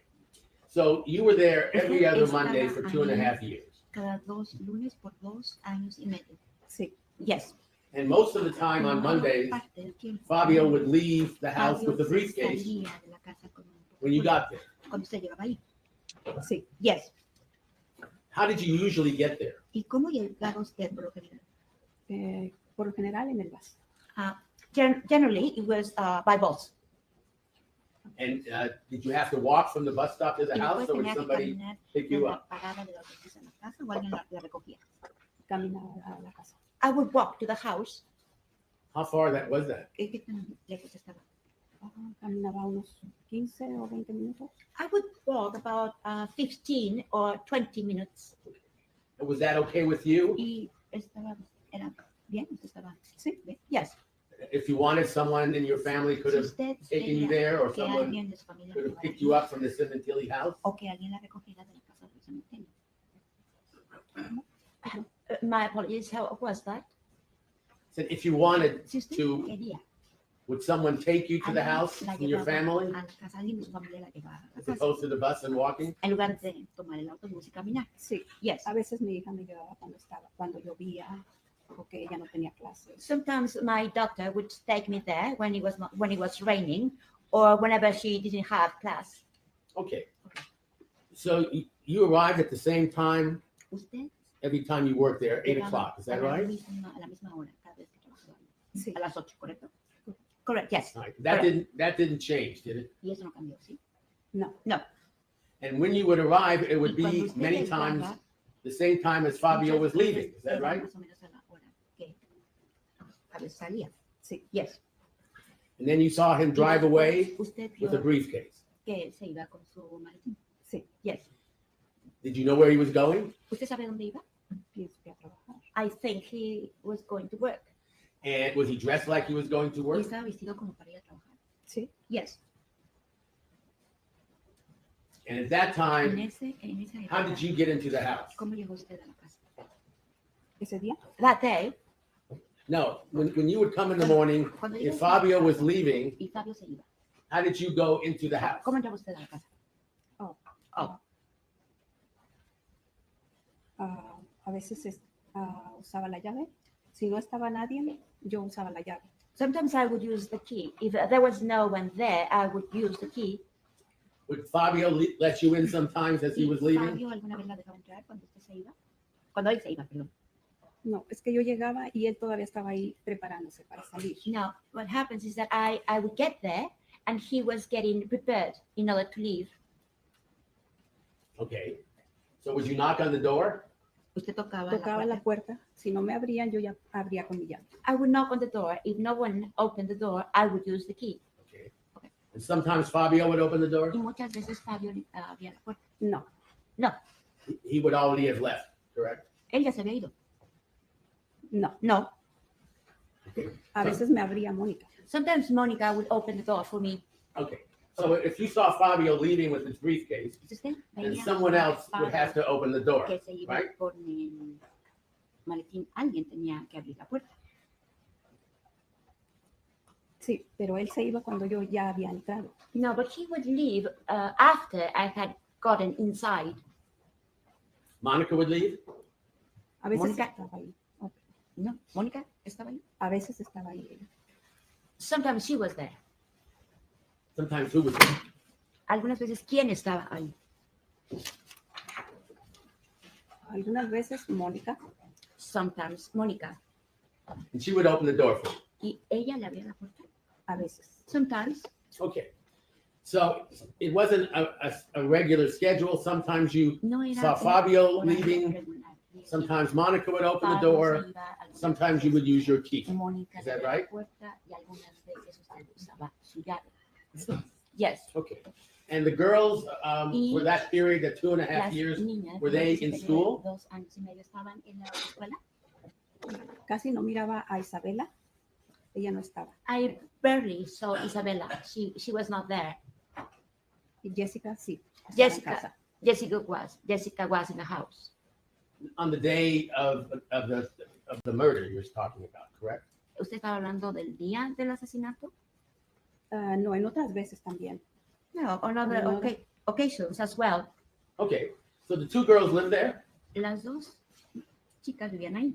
Sí. Yes. And my question was, were they both going to school then, if you know? Las dos iban a la escuela, si es que sabe. Sé que Isabela iba a la escuela. I know that Isabella was going to school. And what would Jessica be doing, if you know? ¿Y qué es lo que hacía Jessica, si es que sabe? No sé. I don't know. Sometimes would she babysit, if you knew? ¿Usted sabe si algunas veces ella cuidaba niños? No sé. I don't know. Okay. Now, Ahora, when you would go to work on Monday, every other Monday, usted iba a trabajar sometimes cada 2 lunes. Fabio would be home. Is that Muchas right? veces Fabio estaba en la casa, ¿correcto? A veces. Sometimes. Okay. And he told us sometimes he Y went to nos work. dijo que algunas veces se iba él a trabajar. Sí. Yes. Did you know when he was going to be home ¿Usted sabía que or when he was going to be going to work on the Monday you were there? regresar a la casa? ¿A qué hora se iba a ir a trabajar el lunes que usted fue ahí? No sé. I don't know. It just sometimes he was there and sometimes Unas veces he was going to work. Is that estaba fair? ahí y algunas veces se iba a trabajar. ¿Correcto? Yes. What about if the Monday Yes. was on a holiday, Y, like Christmas or New Year's? y que si el lunes Would you work that Monday era or would you have it off? Año Nuevo o Navidad, ¿usted trabajaba ese lunes o lo tenía libre? Lo trabajaba. I would work. You said that the Monday Usted dijo que el lunes of the murder, Fabio was home, correct? asesinato, Fabio estaba en la casa. Sí. Yes. And how many Mondays before then did you say he was also home? ¿Cuántos días de los lunes él estaba en la casa? Yo lo miré 3 lunes. Ah. 3 veces que fui a trabajar, él estaba en casa. I saw him 3 Mondays. The days that I was going to work there, he was at home. And that was every other Monday. Y esa era cada 2 lunes. Sí. Yes. And before those 3 Y Mondays, antes de esos 3, sometimes you saw him going to work, right? algunas veces usted veía que él se iba a trabajar, ¿correcto? Correcto. Correcto. That most of the time he was going to work, isn't La that mayor right?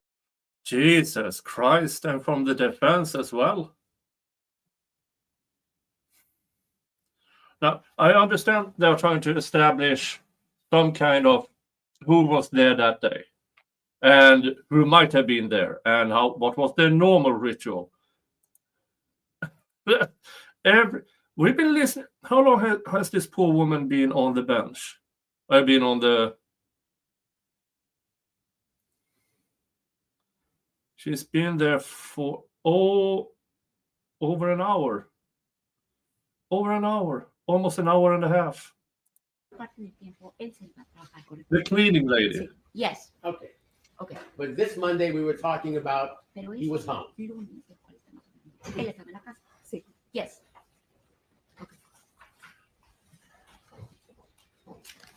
And Jessica was home that Monday, ¿Y Jessica estaba en la casa ese lunes? Sí.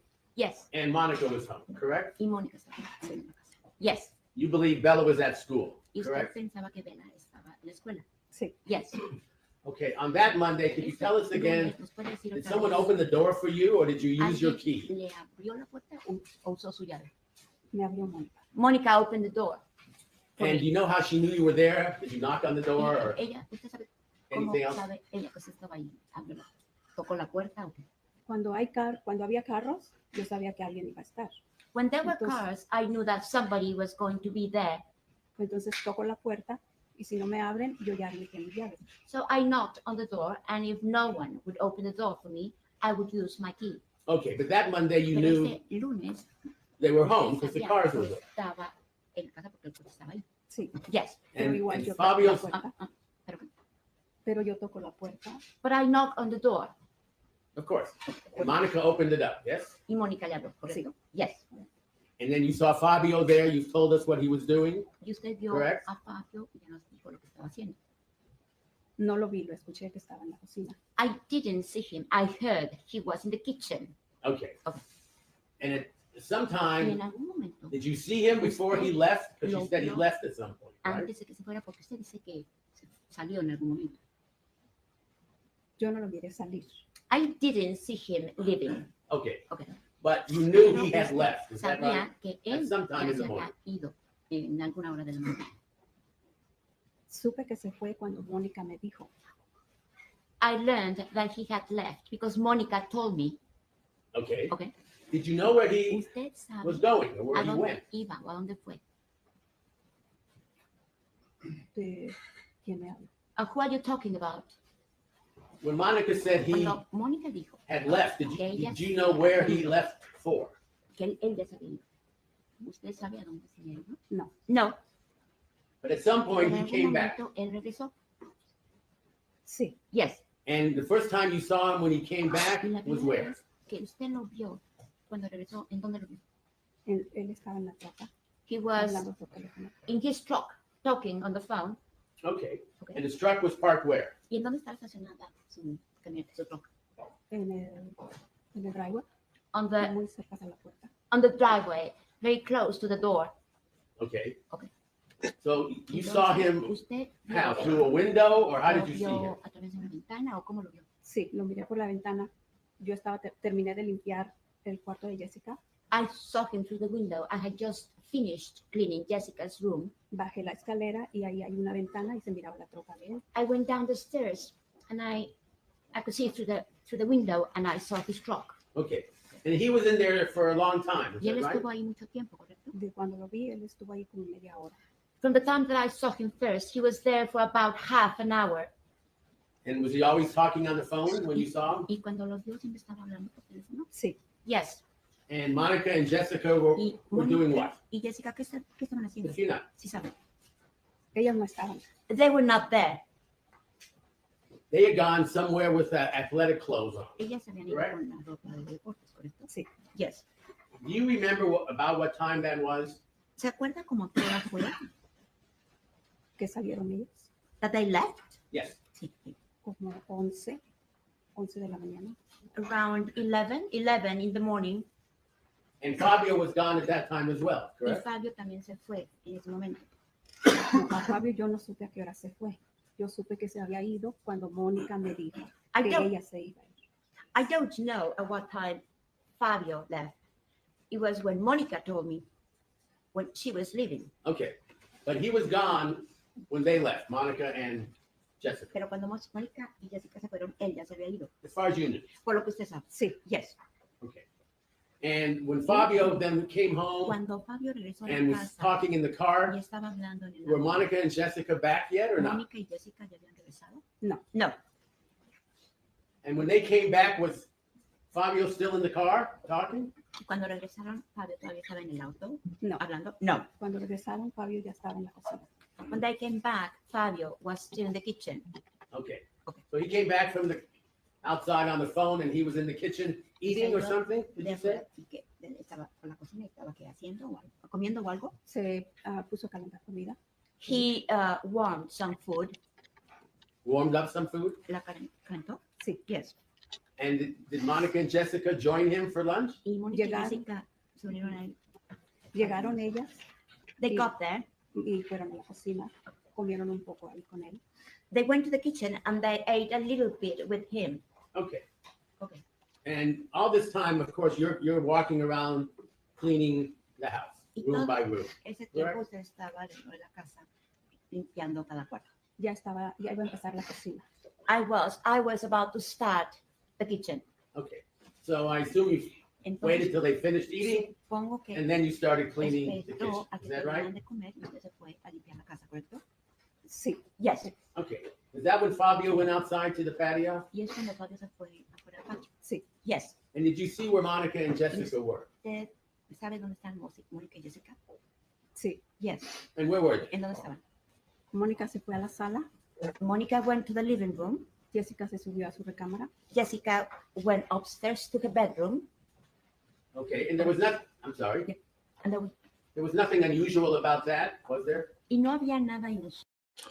That's a starfish and coffee. So if the husband put the CCTV in the house and Monica brought Baker to the house, what's the odds of him actually knowing and didn't care? Good question. ¿Cuál acerca de eso? No. No. You knew Monica did not have a job at that time? Usted sabía que Mónica no tenía un trabajo en ese tiempo. Sí, sabía que no estaba trabajando. Yes, I knew that she was not working. Okay. And you knew Jessica was not going to school? Y usted sabía que Jessica no estaba yendo a la escuela. No sé si estaba yendo a la escuela. I don't know whether she was going to go to school. She was going to school. Well, when you would come there on every other Monday, Cuando usted iba would cada Jessica 2 días, always be there or would she be gone sometimes? Jessica siempre estaba ahí o algunas veces sí. A veces estaba ahí y a veces se iba. Sometimes she was there and sometimes she would leave. Okay. So you didn't know whether she was in school or not at that time? En esa época usted no sabía si ella iba a la escuela o no. No. No. Okay. But you knew Bella was in school, is that Pero right? usted sabía que Bella estaba en la escuela. Sí. Yes. Okay. So Okay. how much longer would you say that you were in the house before you left? ¿Cuánto tiempo cree usted que estaba en This is after lunch and after Fabio was in the patio. Sí, es cuando estaban comiendo el almuerzo y Fabio estaba en el patio. ¿Cuánto tiempo? How, ¿Cómo? how long? How? Well, let me take it in order. Lo voy a poner. After lunch, Después de Fabio went to the patio, you cleaned the Fabio kitchen. se fue al patio y usted limpió la cocina. Sí. Yes.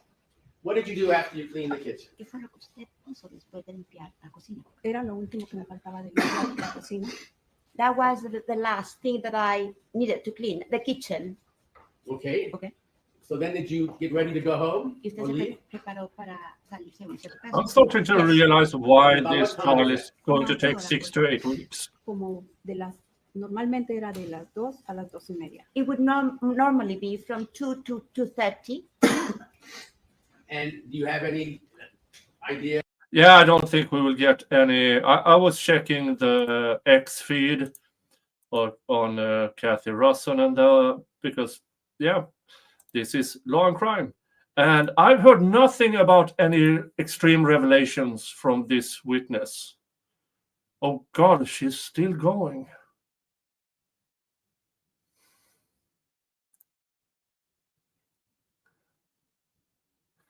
All right, next witness. Thank you, Your Honor. People would like to call Corey Hawk, please. All right, next witness.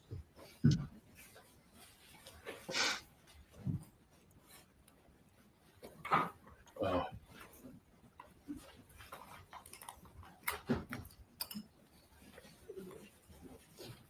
I mean,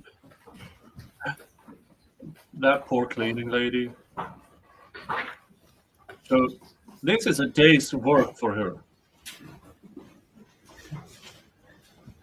You can please face me and raise your right hand. Do you solemnly state that the testimony you may give in the cause now pending before this court shall be the truth, the whole truth, and nothing but the truth, so help you God? Yes. Thank you. Please let's go stand.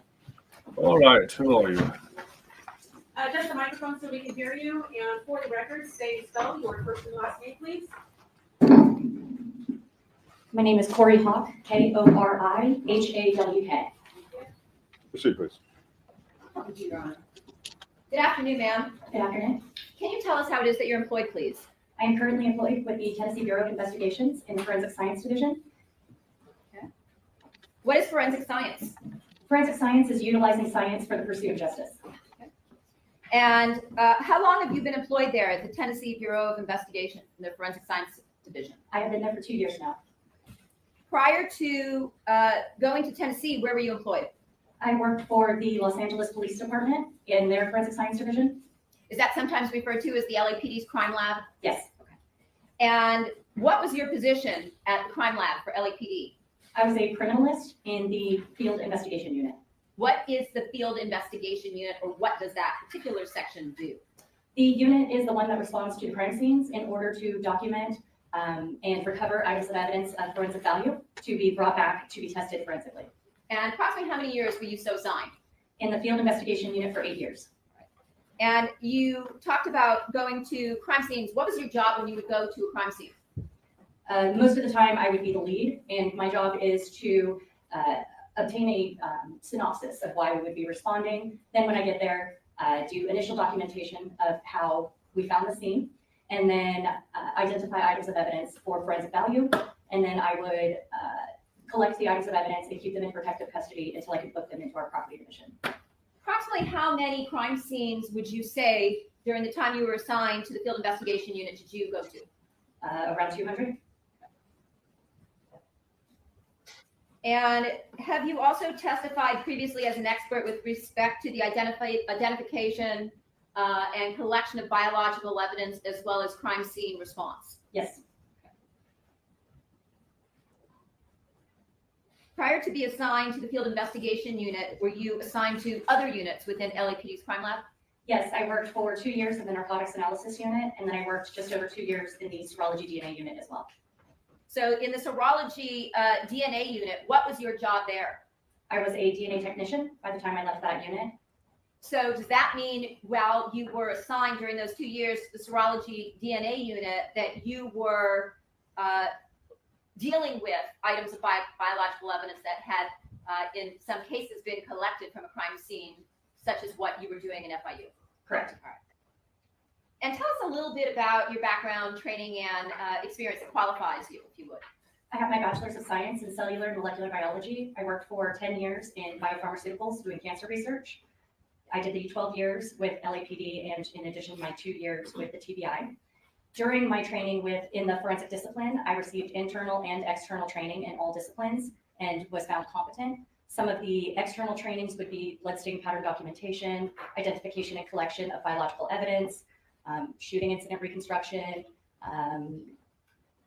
other things of that nature. I've taken quite a few courses. And I'm also certified by the International Association of Identification for crime scene investigation. Okay. And in terms of the training that you received, did you also receive specific training with respect to being able to identify and recognize perhaps biological samples and how to collect them? Yes, both internal and external training on both of those. And did you also receive training on service material and which services lend themselves to collection versus photography versus DNA versus, let's say, latent prints? Yes. I want to direct your attention to the date of January 23rd of 2017 at about 9:40 at night, where you called out to a particular crime scene. Yes. And did you respond on that evening to the location of 5012 Queen Victoria Road in Woodland Hills in LA County? Yes. And at that location, did you spend several hours at that scene looking at, identifying, and collecting various items of biological evidence? Yes. While you were at the scene, did you also take simultaneous notes with respect to your observations as well as your identification and collection of various items of evidence? Yes.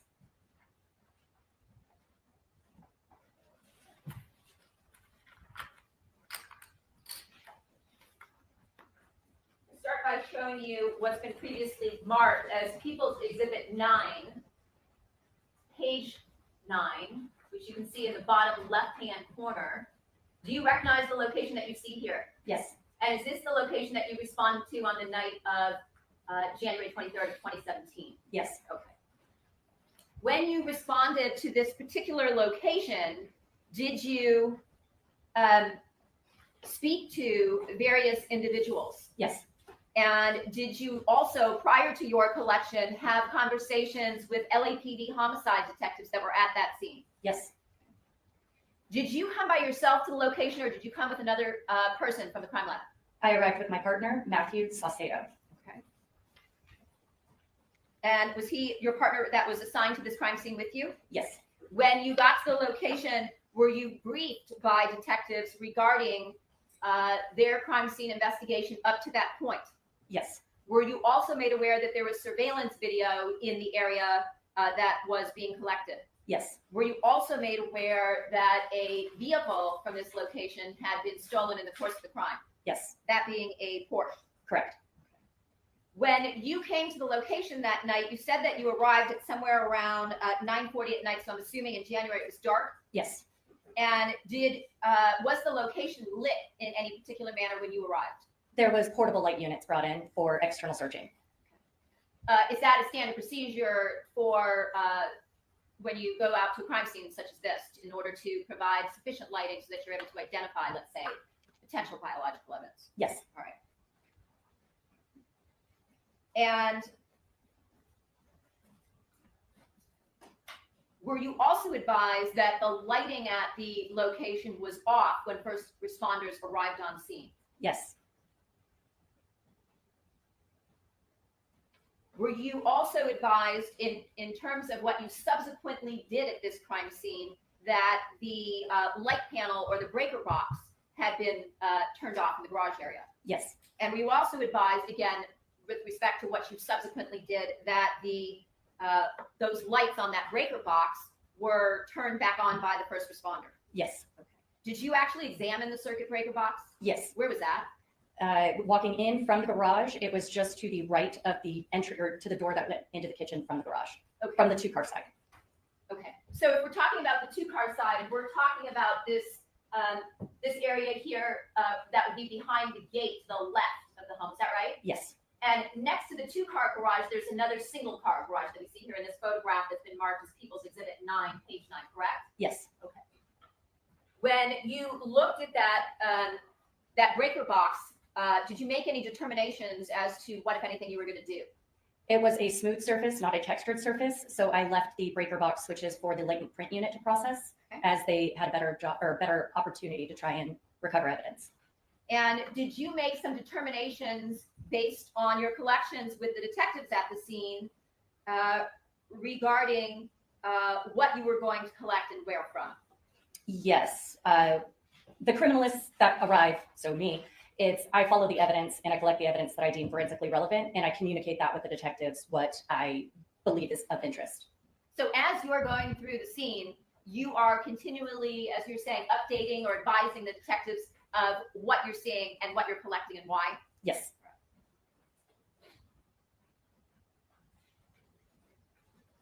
Now, in terms of the training that we talked about, did you also receive training with respect to what biological fluids might look like, let's say if they were diluted or transferred from one area to another onto a surface area? Yes. And did you also receive training regarding what biological fluids look like when they are, let's say, dripped onto a surface? Yes. Did you go through this entire home located at 5012 Queen Victoria? Yes. And did you notice when you went through the scene anything with respect to some sort of a trail? Yes, there was a continuous pattern of red stains from garage through the kitchen, back patio, back towards the front door, down a hallway, and into the master bedroom. And so did you basically go about following that trail? Yes. And during the time that you were at the location, approximately how many samples did you collect? I collected 43 items of evidence in total. Okay. Did that include what appeared to be biological or blood stains? Yes, it was collections of red stains, possible biological material that would happen from touching surfaces, 2 towels, 2 pillowcases, a bottle, and a pair of shoes. Did you find anything in the upstairs area of this home that was of evidentiary significance or forensic value? No. So your collection was limited to the first level, is that right? Correct. Okay. And did you go about numbering the various items of evidence that you collected or collected samples from in a particular way? Yes. Tell us about that. When I locate items of evidence, I place what we call a photo identification number adjacent to the item of evidence. And what this is it's just a numerical determination of what that item would be in for photography reference. And then in my notes, there's a sketch, and then I also have an evidence log. So it's to associate that item of evidence with all subsequent documentation that I will be doing. So it's called a photo. Yeah, I would imagine these are all the witnesses they would have used against Robert Baker, but he pled guilty and received life in prison years ago. And he has maintained that the accused in this trial, Monica Sementilli, had nothing to do with it. So this is the trial against Robert Baker, with one exception, and that is, let's talk about how unfaithful Monica was. And then Robert Baker's co-killer, who will try to point a finger at Monica. So, okay. ID number, and they're yellow placards. And are those referred to in the detailed notes that you took as PID numbers? Correct. I want to show you exhibit, what's been marked previously as exhibit 7, page 4. And I'm going to turn it right side up for the moment. Do you recognize what you see here? Yes. And what is this? This is a bird's eye view sketch of the home, the first level. And who created this? The actual outline sketch was done by my partner, Matthew Saucedo, but we both made notations on the sketch while we were processing the crime scene. And is this a piece of paper that is pre-printed with the information that we see at the top left that you bring with you to crime scenes, or that you brought with you to crime scenes at the time, in order to make notations of the sort you're just talking about? Yes. Okay. And up on the top right, I see a series of numbers next to what says DR. What does that stand for? That is the division record. It's the number that is assigned to every case that is processed by the Los Angeles Police Department. And every case has its own unique identifier, and that is this case's identifier. Okay. And so in terms of the items of evidence that we talked about that you collected at this scene when you were there for several hours, did you collect all of them and book them into LAPD property, as you were talking about a few moments ago, under this unique identifier? Yes. Okay. Does this box contain your writing? Yes. And is this actually your initials in the box? Yes. Okay. And if I flip this document sideways. Yeah, again, excellent testimony against Robert Baker, because that's him walking around, touching things. Does this lay out the various areas where you collected evidence from at the residence? Yes. And I note that in yellow highlighter, there appears to be numbers throughout this diagram. What do those stand for? Those are the PIDs. So the photo identification numbers, that's how they are designated on the sketch. Okay.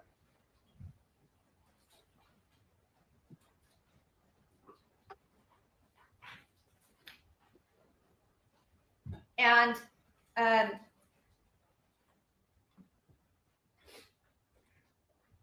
did you explain in your set of detailed notes next to the PID numbers what it was that you were collecting? Yes. And next to that, did you also include property item numbers? Yes. Were there times where the PID number did not match up to, let's say, a property ID number? In other words, you have a PID number of 6, but a property item, a booked item of evidence as number 7. Yes, it's very common. Okay. And did you also in your notes identify what the relevant PID or photo ID number was next to the property ID number? Yes. Did you also indicate in your notes the date and time of collection of each of these particular samples? Yes. And while you were processing the scene and collecting items of evidence, were you working with a forensic photographer? Yes. And in what way? In this case, I was working with forensic photographer Martinez, and I was directing her as to the sequence of photographs that we would want. In this case, we take what is called overalls to begin with, and that is to document the scene as we are walking into it. Then once I have laid down my photo identification numbers, I directed her to take the pictures to put them into perspective, and then close-up pictures of the actual items of evidence. And again, this is just another stage of the documentation that we perform as we go through the crime scene. So when you put down, you said your numbers, were your numbers, your PID numbers, a particular color? Yeah, they're yellowish. Okay.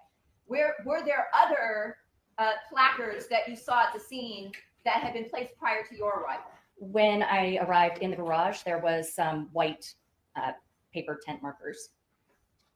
White paper tent markers, in other words, where someone would, let's say, take a piece of paper, fold it in half, and put it over something? Yes. Okay.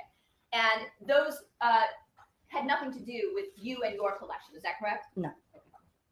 No, that's not correct? I mean, no, it had nothing to do with what I was doing. Okay. All right. But did she collect anything in a red solo cup? Numbered placards that you placed at the scene and the lettered placards. When I place a lettered placard, that is for evidence that I cannot remove from the scene. So say, in this case, there was possible shoe impressions in red stains. I can't take those impressions as a whole, so I would put a letter, and then we would do what's called one-to-one photography. It's comparative photography that makes sure that what I see at the crime scene can then be examined by the lab personnel photographically and have it be an exact replication. And then I would add, in the case of, say, one shoe impression was letter A. Well, I would want to take a sample of that red stain to see what the substance may have been in. So it would be A1, the number designation for what I can remove from the crime scene. So I would be removing a sample of that red stain. So that it could be tested for DNA? Correct. For a particular biological evidence? Correct. And if I show you, it's been previously marked as People's Exhibit 7-3, do you recognize what you see here? Yes. And what is this? This is a to-scale diagram of the scene. So the previous one, it's not to scale. It's what we do at the crime scene. Quick sketch just to make sure that we can put, recreate where the items of evidence may have been. This generated one is to scale. It's done in a software program. Or you all remember the Zachariah Anderson case and the sketch they produced in trial, and they never got the actual schematics of the Rosalio's apartment. That's how lazy those cops were. And at the time, this was done by our forensic architect. At the lab? Correct. And did you work with the forensic architects at the lab in order to put this together to ensure that the information that's contained on this particular exhibit, which is People's 7, page 3, was consistent with your notes on 7-4? Yes. Okay. And does this document also contain, as we see here to the far right, a photo ID number in order of all of the items of evidence that you collected? Yes. And if they were next to it, we see what is a red dot, such as at the top here. What does that signify? Those are the swabs with the red stains from the crime scene. Okay. And if we have items that are not red but are black, what would that identify? That's just a different item, like an actual item. So a towel, the shoes, the bottle. I see on one down at the bottom, photo ID 21, you have down cat green. Yes. We'll talk about that.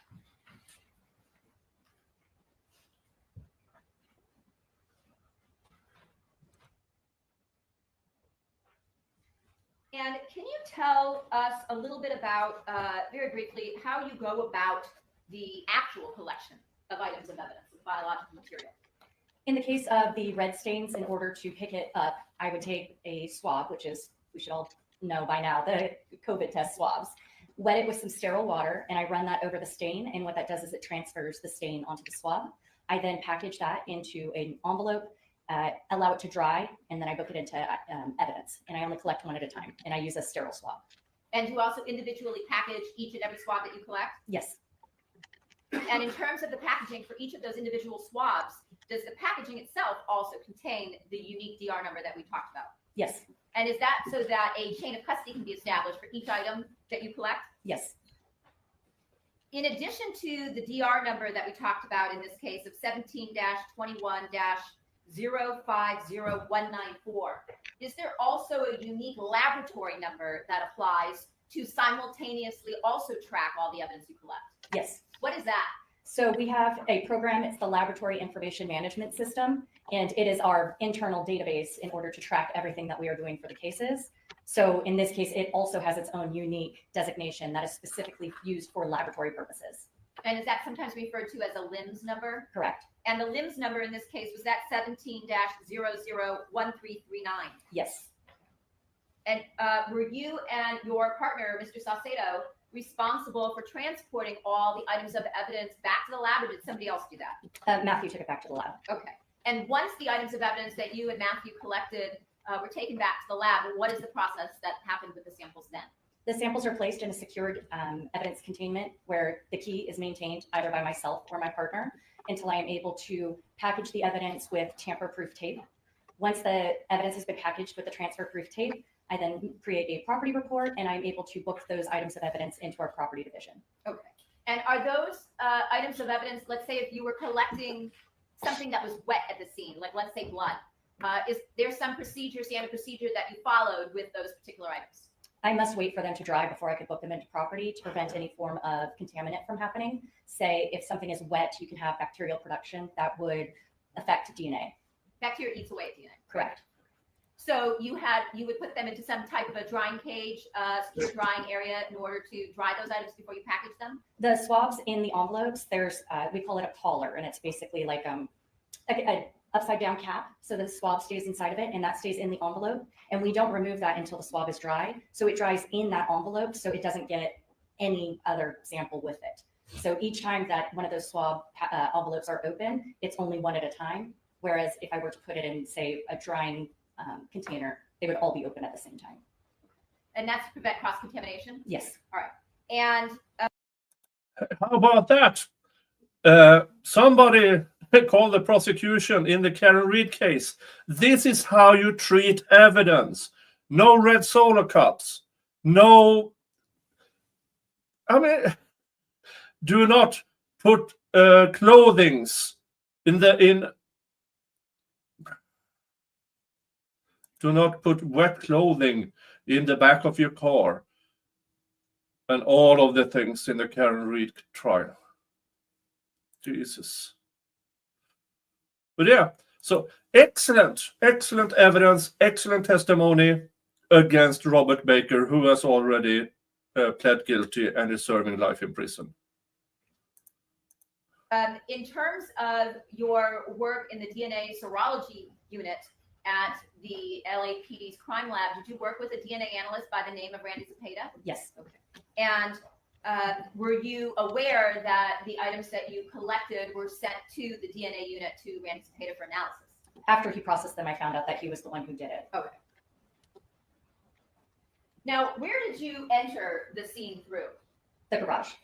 Showing you what's been marked as People's Exhibit 7, page 15. Do you recognize what you see here? Yes. And is this the two-car area of the garage that you were talking about before? Yes. And is this the location where you entered into the residence? Yes. When you entered, did you enter through the door that we see here where I'm pointing to? It looks like maybe next to some type of a black object that might be a trash can through the open door right behind that? Yes. And in terms of the white items that we see on the ground in the garage, are those the white placards that you talked about previously? Yes. When you entered into the home through this door, what did that lead you to? The kitchen. And before entering the home, you said to the right of the door was the breaker box that you looked at. Yes, Showing you Exhibit 7, page 21. Do you recognize what you see here? yes, What is that? it is the breaker box. And that's the area that you said you decided based on the surface area to leave for the latent print people. Yes, So that would be a different discipline, correct? yes. Showing you people 7, page 20. Do you recognize what you see here? Yes. And what is this? The door that is open toward the left of the image, I'm sorry, my left. Hey, Dahlia, sending people over. Thank you. That's so nice of you. We are currently watching the trial against Monica Sementilli. She had an affair, and her affair partner killed her husband. That's the baseline. Now, the prosecution says she is a criminal mastermind who planned it all. The defense says no. He did it all by himself, and he's going to testify that he did it all by himself. So, yeah. Hello, everybody. Hello, Scott. Hello, Dahlia. Hello, everybody. Thank you for joining. Thank you for joining. We are currently watching CSI Corey Hawk, who did excellent testimony, absolutely excellent testimony so far on how to preserve evidence. Apparently, they don't use solo cups everywhere. Who knew? Apparently, you can actually get the schematics of an apartment or a house to put dots where you collected evidence. You don't have to rely on an idiot cop writing on a napkin kind of diagram. Who knew? And all of these are excellent evidence against Robert Baker. He is already in prison for the rest of his life. So, and another fun fact, the defense attorney for Monica Sementilli is Blair Berk. Blair Berk, you might remember from the Depp v. Heard trial. She is the one who took Amber Heard's deposition. So, yeah, so she's here. But now this is the prosecutor. The prosecutor decided, yes, 8 hours is enough for my opening statements. 8 hours.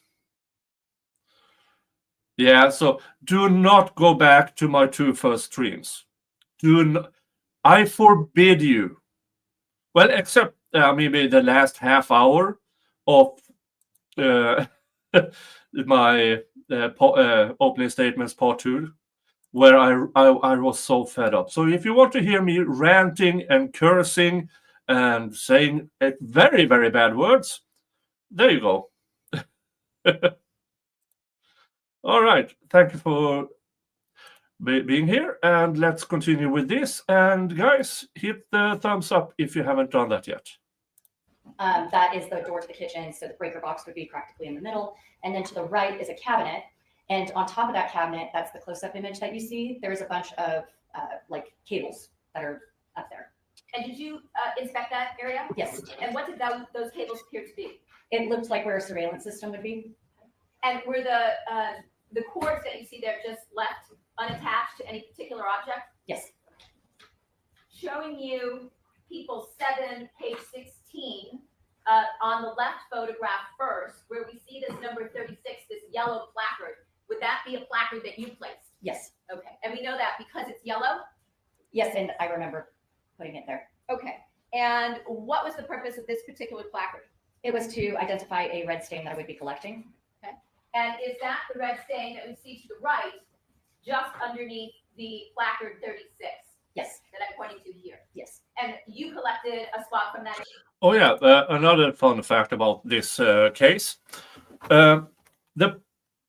The cops knew who killed Fabio Sementilli. that they knew because they had the blood, they had the things, they had DNA, they had surveillance, they had a lot of things. Yes, it is Robert Baker. They waited 5 months to arrest him because the main investigator tried to find evidence against Monica Sementilli. So they allowed a known murderer walk the streets for 5 months just to get to her. And they didn't until this fall. Yeah, so see that how you want. I might say it shows some bias, it shows some tunnel vision.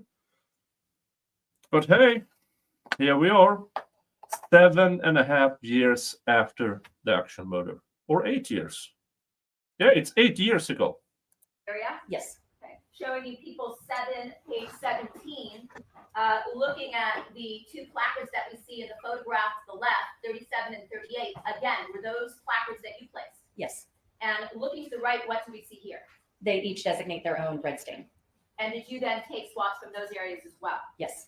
Showing you people's 7, number 18 or page 18, looking at the photograph to the left, does that show you the entrance from the garage into the kitchen area that you were referring to? Yes. And hanging down in the middle of the garage, we can see that there's another yellow placard. What did you use that placard to denote? That placard is on the manual release for an automatic garage door opener. When the power is off to the house, you can't use an automatic garage door opener. So I swapped that for possible touch DNA because in order to get a vehicle out of the garage, the door has to be opened. So I thought maybe somebody might have manually opened it. This is back in 2017, right? Yes. Showing you the photograph to the right, does that appear to be a close-up of that manual release of your 39 yellow plaque? Yeah, okay. Thank you for the reminder in the chat. Yes, the other killer of Fabio, they found this fall, last year. And they put him in a jail with an undercover cop. That undercover cop bugged this guy for day and night until he buckled, so to speak. And we now learned through the defense opening statement that that undercover cop advised and directed this other killer on how he could snitch to get home. I had no idea that was legal, but in the state of Washington, where he was in jail, that's legal, apparently. And they are using it in this trial. And that other killer of Fabio, after he testifies in this trial, he goes home. He admitted murdering Fabio Sementilli, but thanks to his testimony in this trial, which will be, I don't know, in a week, 2 maybe, he goes home. That's a hell of a deal. Yes. Can you tell the jury what touch DNA is? In general terms, it is when a person touches the surface, the oils and from your hand then get transferred to the surface, much like a fingerprint. That's transfer DNA. So the fingerprint and touch DNA, it's the same principle. If you think that a fingerprint's been left there, you have a chance of leaving touch DNA. Some people leave more than others, or if you tend to, touch your face more, you're going to leave more touch DNA behind. Meaning skin cells, yes? Yes. When you got to this scene, before you even entered, were you advised that the victim was still at the scene on the patio? Yes. And did coroner personnel arrive on scene while you were in the process of collecting items of evidence? Yes.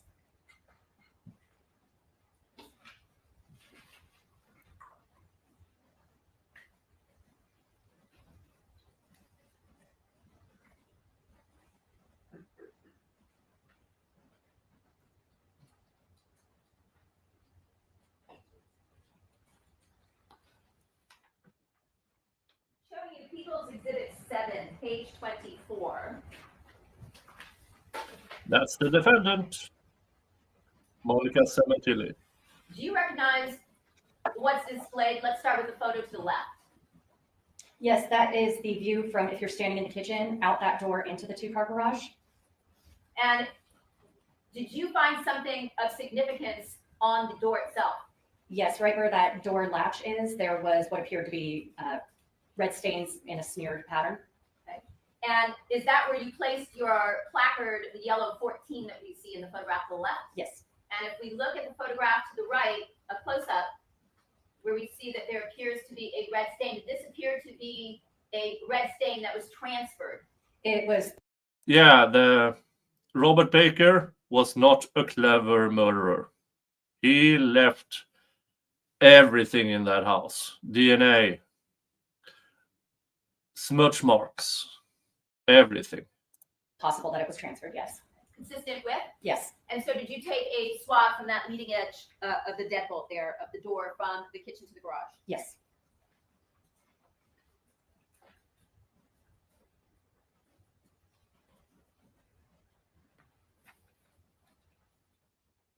Now, prior to the coroner personnel moving the body, did you collect some evidence from the patio area? Yes. And when you did that, was that initially around the body of the victim who was still at the scene? Yes. Showing you People's 8.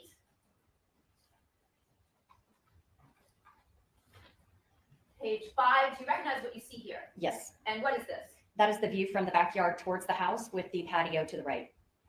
And when we see this area that's blue, just through this open door, what area of the house would that be? The kitchen. And in terms of the patio area where you collected evidence from, where was that? Where that yellow crime scene tape is, it was from that area. Inside that yellow taped off area? That whole vicinity and from there towards the kitchen as well. Okay.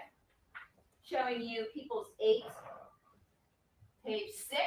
Do you recognize what you see here? Yes. And what is this? That is the view if you were standing adjacent to the home towards that patio area. With the victim still at the scene, leaning over or folded over on his knees on a chair? Yes. Okay. Again, with the yellow taped area you were talking about. Yes. Showing you People's 8,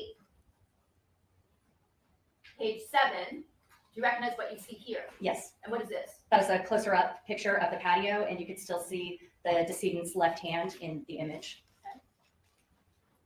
Showing you People's 8, page 9.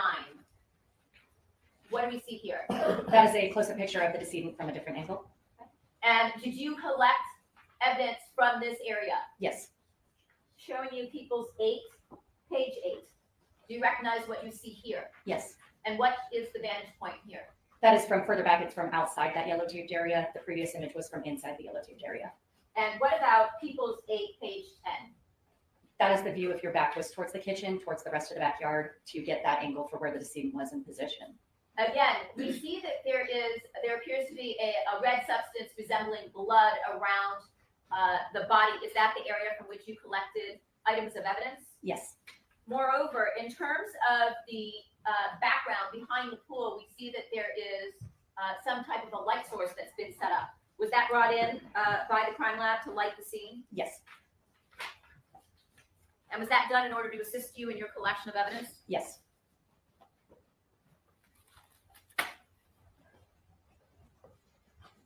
Now,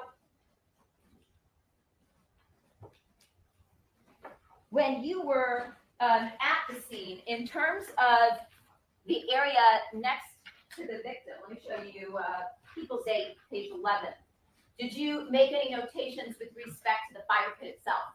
When me and my partner arrived at the crime scene, that fire pit was still smoldering. So I checked through it to see if there may be some possible items of evidence in there, but I did not discover any. And over here to the left of the victim and the left of that fire pit, right in front of this couch or chase area, we see that there is a yellow number 1 placard. What does that signify? There's a red stain in front of it. And is that what we see in the photograph to the far left? Yes. And is that an item of evidence or an area from which you collected swab? Yes.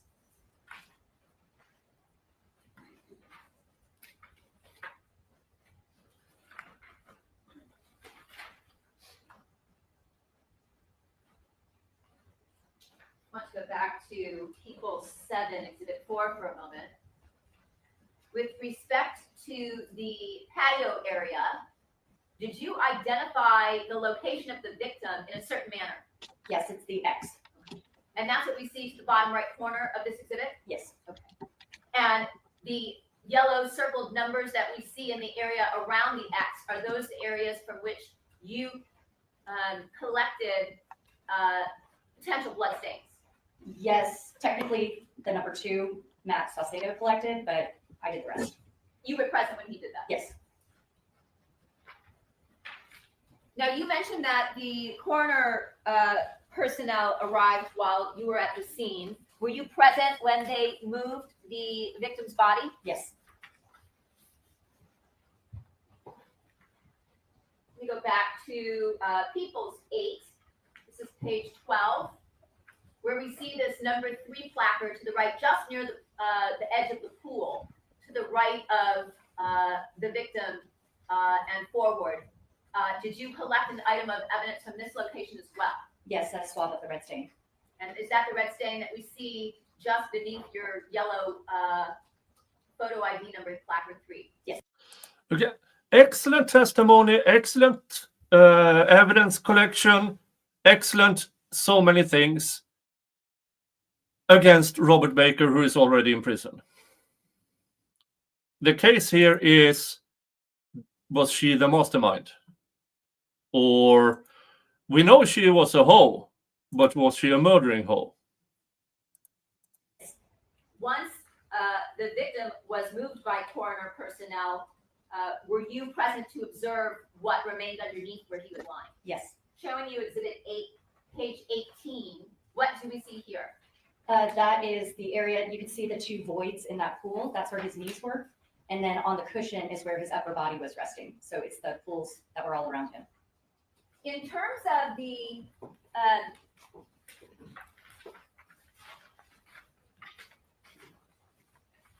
backyard area, we look at People's 8, page 5.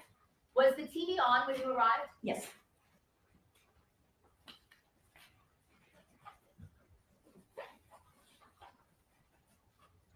Yeah, I'm going to skip the cross-examination. Oh, for frick's sake.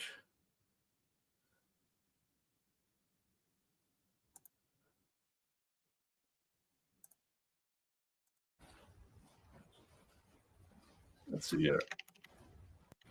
Television in that living room area? Nope.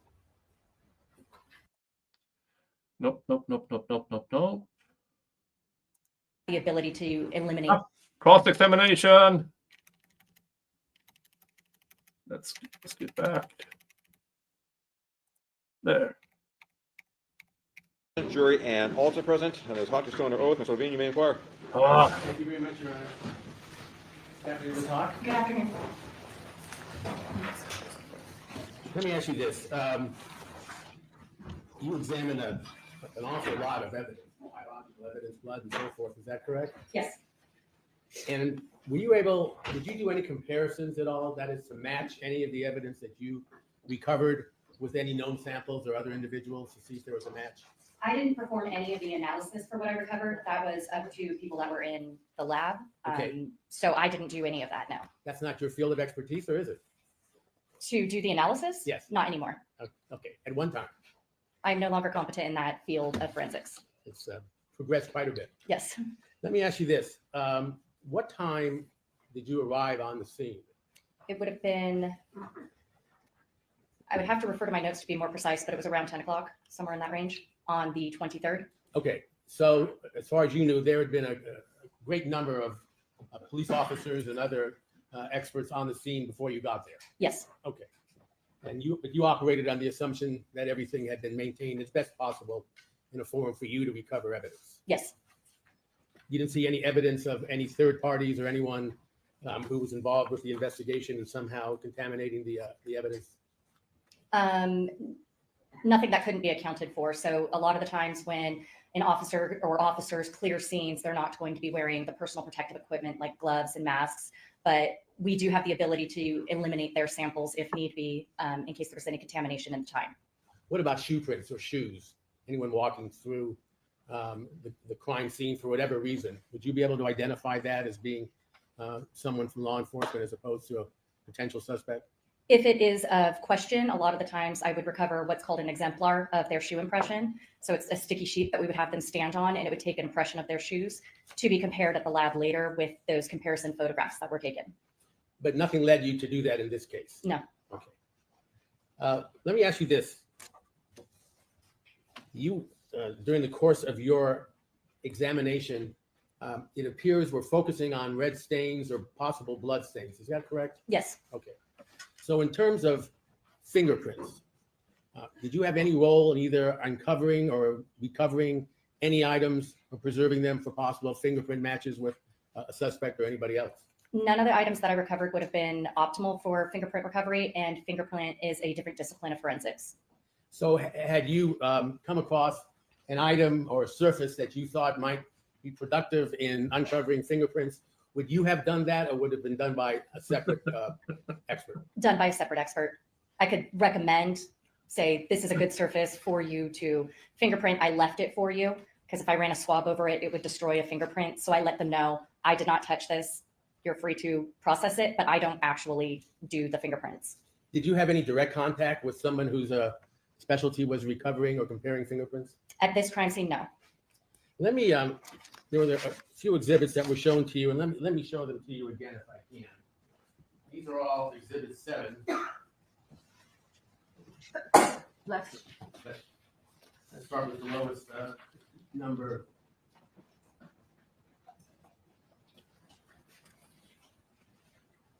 You see that? Yes. It's not the whole picture. But I'm sorry. Which exhibit are we talking I'm about? sorry. This is People's Exhibit 7, item 17. This was shown to you previously. Can you see it on the screen? Yes. Okay. I believe you were asked about 2 items here. One was this item down there. That little item there, do you see what that is? That is the breaker box. Okay, that's the breaker box that you previously discussed. Is that correct? Yes. And then the item above it, above the cabinet, could you describe that again, what you saw? It was loose cables that were not connected to anything. And you said they appear to be part of a surveillance system, is that right? Consistent with what I've seen in the past for the types of plugs that would plug into like the housing, I guess you would call it. Okay. Let me show you then another exhibit from number 7, and this is exhibit. I would assume that this is the prosecution trying to claim that she dislodged some surveillance before this. 20. Exhibit 7, item 20. I think we ought to change the focus on this. I'm going to mess this up, I'm sure.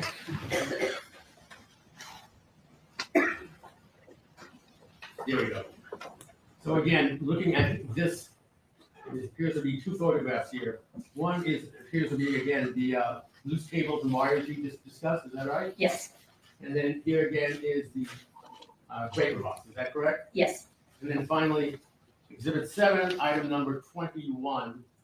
Is that a close-up of the breaker box? Yes. Now, correct me if I'm wrong, when you were discussing that, you didn't find any blood or red stains on either of those 2 items. Is that correct? Correct.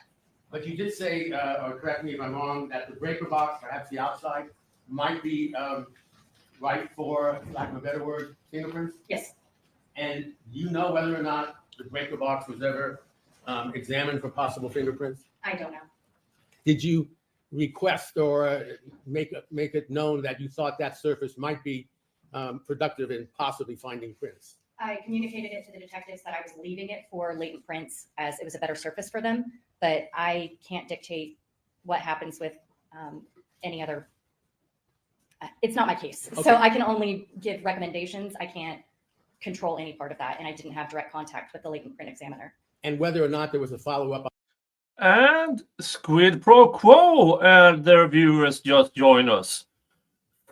Thank you, Squid Pro Quo. Thank you so much.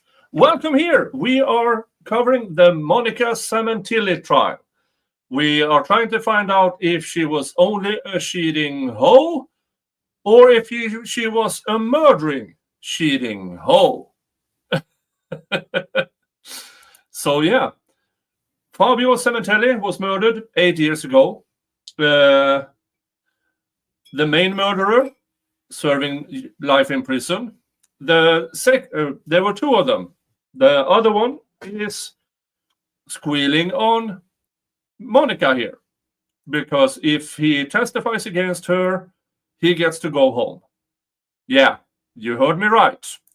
The prosecution offered a deal to, his name is Austin, offered him a deal. If you testify against her, you get to go home. A proven murderer gets to go home. Just so he can. Yeah. And we are currently listening to cross-examination of the forensic scientist Corey Hawk. On that, you have no idea at this time. No. You wouldn't be part of that. No. Were there any other surfaces that you came across during the course of your very thorough examination, it sounds like, that you thought might be ripe for possible fingerprints? There was a few, yes. Can you tell us what they were, if you recall? The kitchen faucet handle, I focused on where the red stains were, but it is a very smooth surface that would be a good place for fingerprints. The safe, how it was a mirror, though I didn't see any red stains, it could have possibly been fingerprinted as well as a target point. Well, let me stop you right there. And if you recall something else, please let me know. So the safe itself, you examined for possible red stains. Is that correct? Yes. And you had followed a trail of red stains from the first floor hallway and kitchen area, backyard, into the master bedroom. Is that right? Yes. And found, I believe, a few small stains in the master bedroom? There were 3, 4. Yeah, less than 10 red stains in there. And can you refresh my memory approximately what they were on, what surfaces? There was one that was on the top of the vanity that led to the hallway, and there was one on the drawer of that vanity as well. I'm sorry, cabinet door. And then on the dresser, there was the staining that was on the top drawer, and then on a door of the dresser as well. And then it was like a fossil jewelry bag. There was some red stains on that as well. That was in the room. And the 2 pillowcases had some red stains as well. And you said, I believe, for lack of a better word, that the room looked like it had been ransacked. Is that correct? It did appear as though it was not how somebody intended to leave it. But one of the things that you did look at closely would be the safe area. Is that right? Yes. And could you describe again how the safe area was situated? And you mentioned a glass mirror or something like that. Could you describe it in detail as best you recall? As you walk into the master bedroom closet, the door would open inwards towards the left.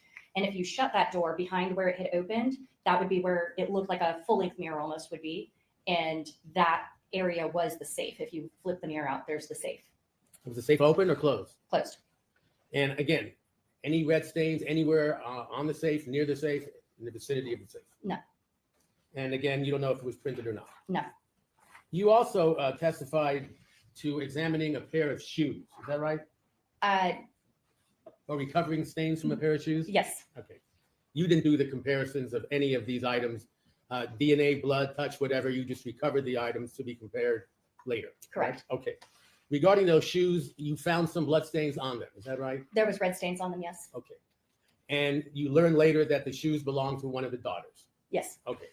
So it seemed clear to you that perhaps the daughter who unfortunately had to discover the body may have walked through some of the red stains on the floor. Is that correct? Yes. Okay. Were you directed to examine any other shoes or shoe by law enforcement other than the pair belonging to the daughters? Any shoes that were visible, I looked at the soles of them to see if there was red stains. So there was extra shoes also outside of that kitchen door. So in addition to the boots that I recovered, there was, they might have been Vans. I looked at those soles. When I looked in the master bedroom closet, I didn't see any red stains on any of the soles of those shoes. But I didn't dig through every closet in the house to find all the shoes that could have been there. Sure. But going back to the shoes that were in the kitchen area, that was the crime scene, basically, correct? Yes. Did you determine whose shoes they belonged to? The ones that were left outside? Not yet, other than the daughter's shoes? No. Okay. But you examined them and there was no blood or red stains on them? Correct.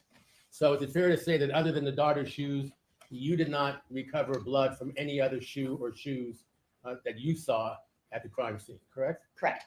And it was your impression that the crime scene had been kept as untouched as possible for your examination, Yes, correct? You also said that the television was on, is that right? yes, That's in the living room? yes. Do you recall what was on? No, Do you know whether or not it was on when it was first observed by law enforcement or the first people on the scene? I know that it was on when I arrived, and no one told me that they turned it on, and that's as much as I know. So you assumed that it was on when the crime took place, or at that time? It was my understanding, yes. Okay, but you, well, let me ask you this: did you examine the television itself?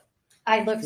Any possible evidence? I'm sorry. Yes, I looked at the remote and the television area, and I did not see any red stains in that area. And again, were there any surfaces of the television itself that you thought were ripe for fingerprints? Anything that's flat and smooth is a really good surface for fingerprints. And was it black and smooth? Yeah, it was a flat screen TV. Okay. Did you point that out to other law enforcement who were present, that it might be a possible source of evidence? I wouldn't feel the need to do any of that. The latent print examiner, they also are trained in doing crime scene recovery and evidence recovery. The only time that I would really communicate is if they would come in and there's a possibility that if I already collected swabs from that area, I would have obliterated the latent print. So in the case that we call it split evidence, so the case of the breaker box, they would not have known one way or the other if I had swabbed the breaker box, thereby destroying any fingerprints. So I communicate the split evidence in what I collected and what I didn't. And then the latent print examiner, who is also trained, would utilize their training to collect any sort of latent print from other surfaces. So because I would have no need to swab the TV, I did not feel the need to communicate that it's a good place for prints because they know it's a good recovery point for prints.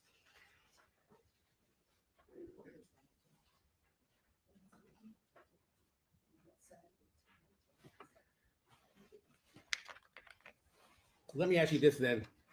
To your knowledge, was there a print expert on the scene, at least at any time you were there, to work with you or in conjunction with you and examine any of the items for possible prints? I'm going to object. It's been asked and answered twice now. I don't believe so. Normally on crime scenes, the latent print examiner goes after us. The powder tends to overwhelm anything that it goes onto. So we collect our evidence and then the latent print examiner would follow. So I would say the majority of my crime scenes, I never interacted with a latent print examiner. So this is no different. I did not interact with one and I don't know if they came. Okay, so I'll take that as a no. You didn't see any latent print expert at the scene? No. And you were not notified afterwards whether or not any latent prints were recovered? No. Okay, can I have 1 minute, Your Honor? Thank you very much. It's a pleasure. Thank you. Anything further, other people? I have 1 moment, Your Honor. No, thank you. Thank you, Ms. Hawk. You're excused. Thank you very much. Take out your next witness. Thank you. We'll call Detective Ryan Bernabak to stand.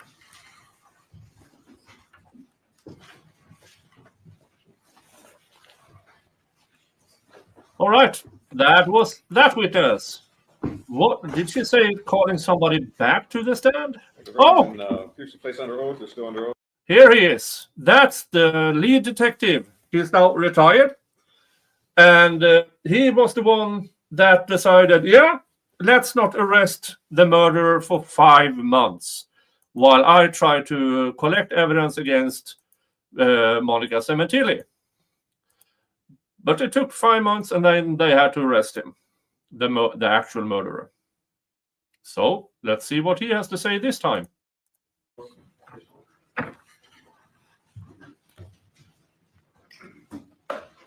See. Thank you, Your Honor.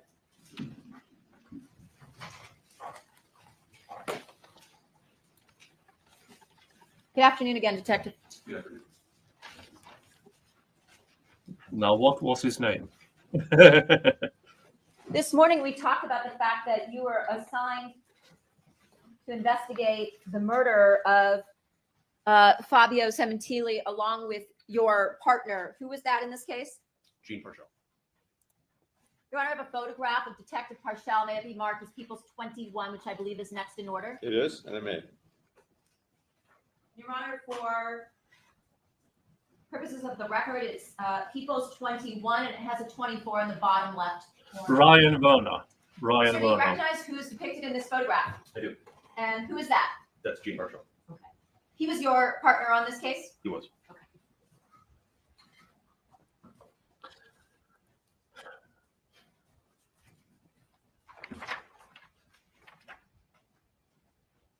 Now, when you got to the scene, you told us earlier you got there at approximately 8:10 at night. Is that correct? Correct. And you were there until sometime around 2:30 in the morning? Roughly. When you were at the scene, were there other homicide detectives from Valley Bureau Homicide with you? There were Okay. And was a supervisor also at the scene? multiple. And was your direct supervisor at the scene? He was. And who was that? Detective Steve Castro.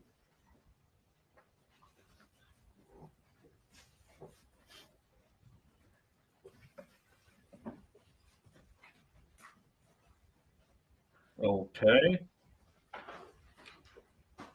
Showing you People's 7, page 10. Do you recognize what you see here? I do. And what is this? It's an image of the driveway area of the residence at 5012 Queen Victoria. And is this the way that the scene looked when you arrived? The light that's shown in the, if I can use. Sure, the pointer? Yes. Yes, the light that's right here in the photograph on the left-hand side, in the middle of the image, that wasn't there. A unit showed up and provided lighting. But other than that, yes, that's how it looked.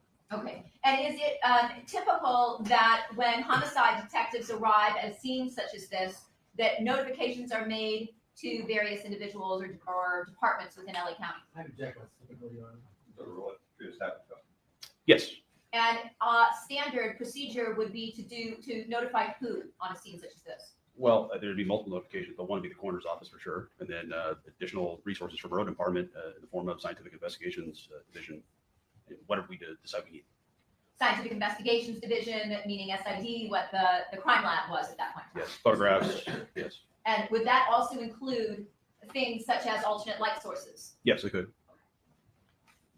And is it also standard procedure that any individuals at the scene would be removed from the scene prior to your examination of the scene? That's correct.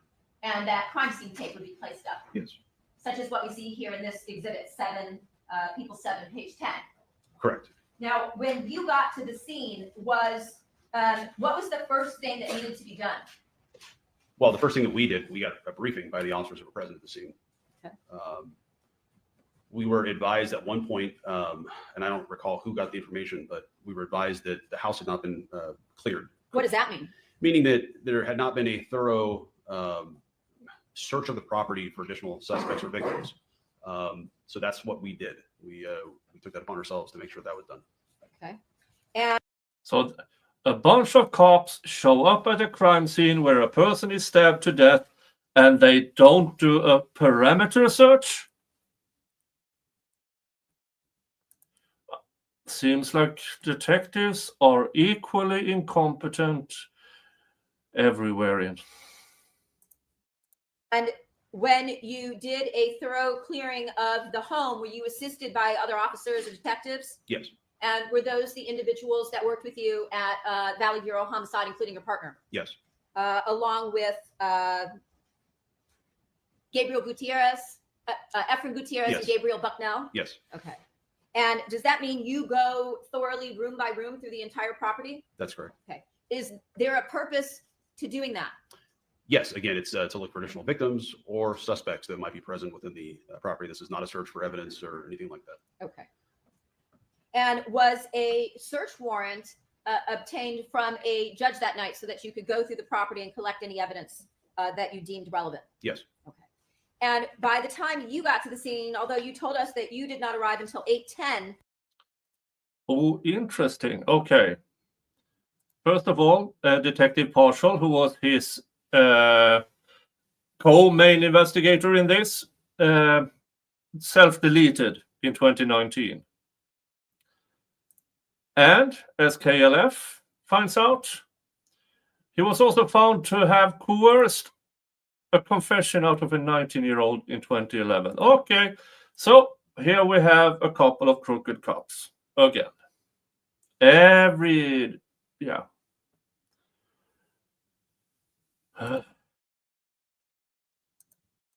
I wonder were you if the made defense aware will that bring law stuff like enforcement this had up. basically been on scene since around 5 p.m.? Yes. And did you receive a briefing from those officers that came from Devonshire and Topanga divisions? Yes. Were you made aware in terms of your subsequent investigation and how you conducted it that when the officers had initially arrived on scene, that power had been turned off at the location? Yes, that portions of the residence did not have power. Okay. And as a result, were you also told that someone had turned back on some of the power to the home based on the sub breaker box located in the garage? I don't recall being told that there was power turned back on. My understanding it was left the way it was found. Okay. And so there were some lights that were on in the home and some that were out. Is that correct? Correct. Some of the house had power and some did not. Based on the condition of that sub breaker box in the garage? Yes. Showing you people 7, page 21. Is this something that you inspected yourself? Yes. And what did you determine with respect to your inspection? That it's hard to see in the photograph because of the shininess of it. But if you look at the bottom row, there is 7 breakers that are turned off. There's 1, 2, 3, 4, 5, 6, 7. The 8th is in an on position. Okay. And so this breaker box, where was this located? In the garage. Yeah, breaker boxes often have excess of things you can do with it. So often you don't need more than 1 or 2 in them. Just outside the door leading to the kitchen? Correct. And when you got to the scene, was the black Ford F-150 pickup truck that we see depicted here in People 7, page 11. Let's see if I can focus this.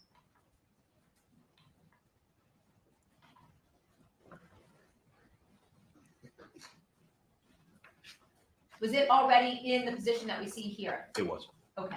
And were the doors, the doors to the double parking area of the garage open as we see depicted in this photograph as well? Yes, the 2-car garage door was open. The single-car garage door was closed. And that's the one that we see closed just to the right of the open double garage area? Correct. Okay. Showing you People 7, page 12. Do you recognize what you see here? Yes. And what is this depict in these 4 photographs? It's a black Ford F-150 pickup truck. This is a vehicle that was owned by the Sementillis. Showing you People 7, page 69. Do you recognize what you see here? Yes. And what is that? It's the front door of the residence. Okay.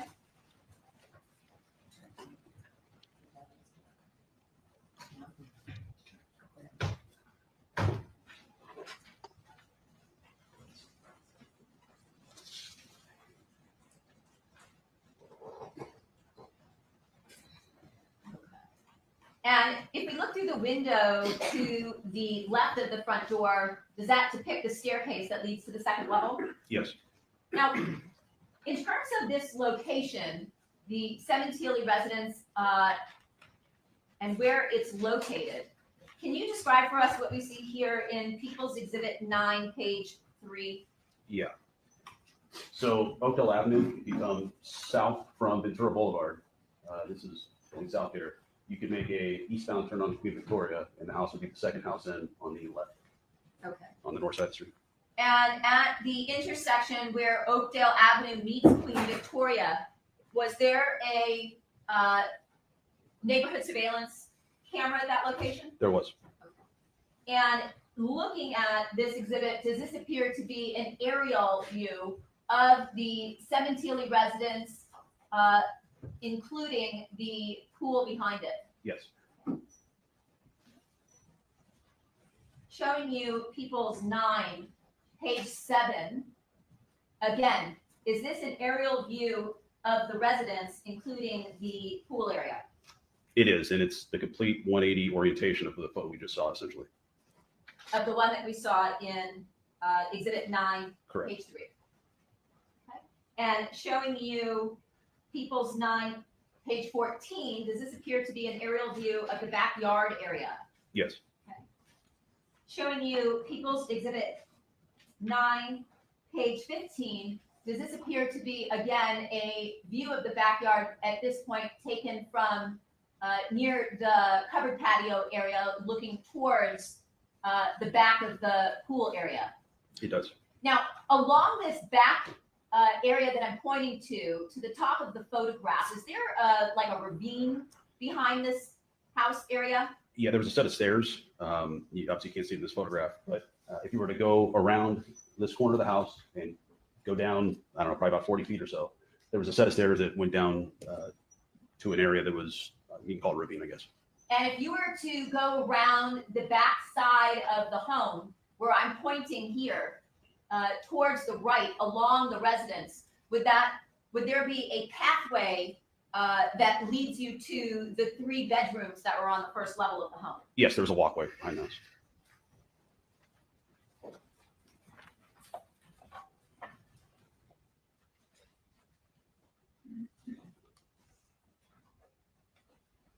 When you arrived, did your division take over control of this particular scene? Yes. And so then, based on what we were talking about a few moments ago, in terms of the standard notifications, was it the responsibility of you and your unit to make the appropriate notifications to, let's say, the coroner's department and the crime lab? Yes.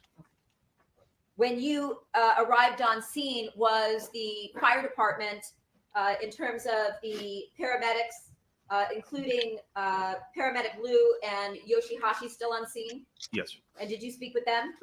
I don't recall. Were you on scene when coroner personnel came to the scene? Yes. And typically, as in this case, when you call the coroner's department or the office of the LA County Medical Examiner, are you provided with a unique coroner's case number for this particular case? Yes. And was that received in this case? It was. And is that coroner case 2017-00688? I believe so. And as we spoke about earlier with respect to the divisional report number, where you indicated case numbers are assigned sequentially, is that also the case with the coroner's case number that you get assigned? Yes. And when the coroner's personnel arrived on scene, were you present when they moved the body of Fabio Sementilli onto some clean plastic sheeting onto his back so they could examine the deceased? Yes. And what, if anything, did you notice at that point in time? He had multiple sharp force injuries on his body. Okay. And did you note specifically to what particular areas at that time? Yes, chest and neck area.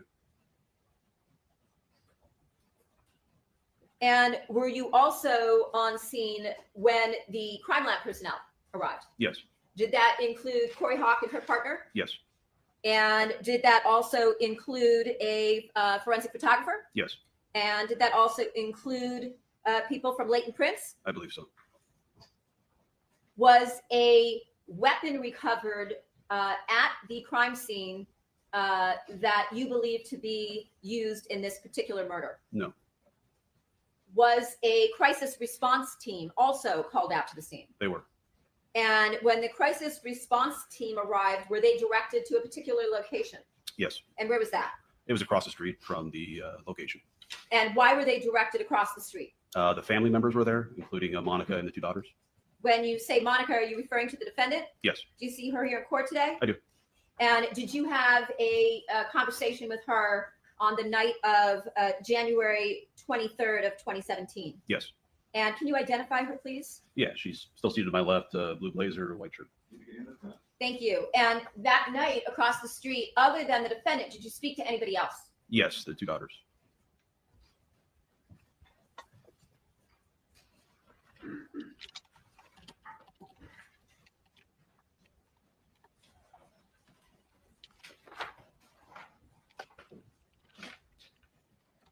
When you spoke with the defendant, where did that take place? It was inside of a residence across the street. And was she by herself at that point? During the interview? Yes. I believe there was a crisis response person that was with her. Okay. And besides you, was there anybody else? Detective Marshall, yes. And you indicated that you also spoke with the daughters that night. Is that right? Correct. showing you what's been marked as People's 12, number 28. Do you recognize who you see here? Yes. And who is that? Isabella Sementilli? And did she identify her vehicle at the location that night? Yes. Showing you People 7, page 8. Do you recognize what you see here? It's a red Fiat. Okay. And did she identify this as her vehicle? Yes, the vehicle she was driving that day, yes. Okay. And where was that parked in relation to the house, the Sementilli house? I believe it was on the street, just to the west of the actual driveway. As we see here, if we look at the photograph to the top left, looking just to the left of the car and above it, would that be the alternate light source that we looked at a few moments ago coming from the house? I believe so. Showing you People's 11, page 25. Do you recognize this individual? Yes. And who's that? Jessica Sementilli. Is that the other daughter that you spoke to that night? The older of the two daughters, yes. Okay. And did she also identify her vehicle at the scene that night? Yes. And did she point out to you what we see here in People's 7, page 9, this red Mustang? Yes, Okay. And was that also parked along the street area? it was.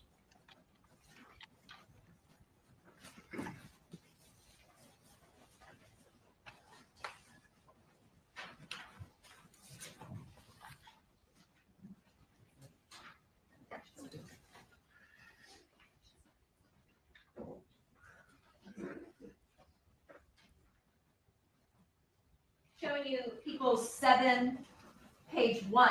Do you recognize what you see here? Yes. And what does this depict?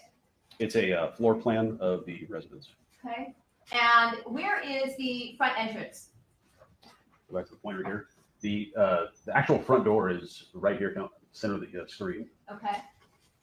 And the diagram, the area that I'm pointing to right here, does this depict the location of the black Ford F-150 as it was parked that night?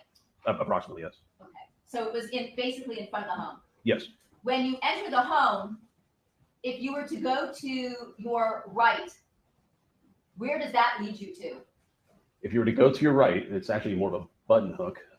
It would lead you down towards the master bedroom, and if you made a quick left, the jury's already seen this damn diagram. For frick's sake. And they are probably going to see it again. So this is, okay, now I'll see what's going on here. It's bolstering. He will come in every now and then and bolster other people's testimony by repetition.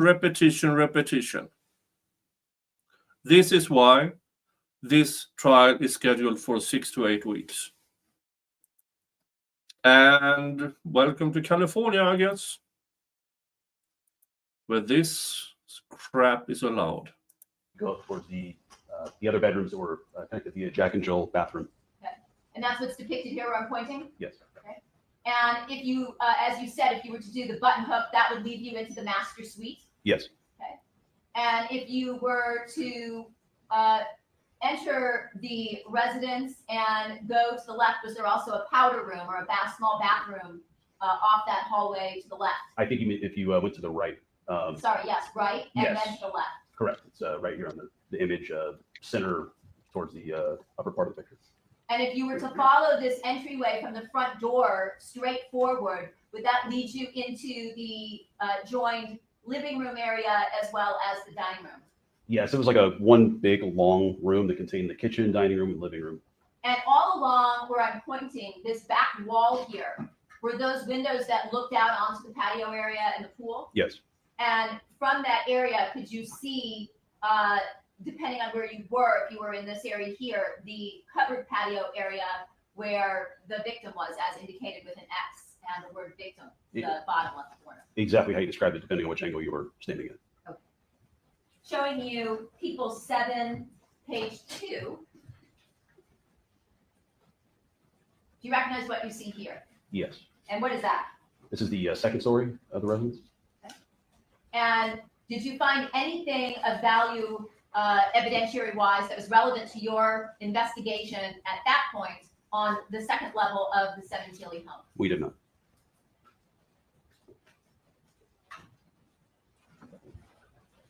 Blair, do you want me to continue now, or do you want to stop at this point?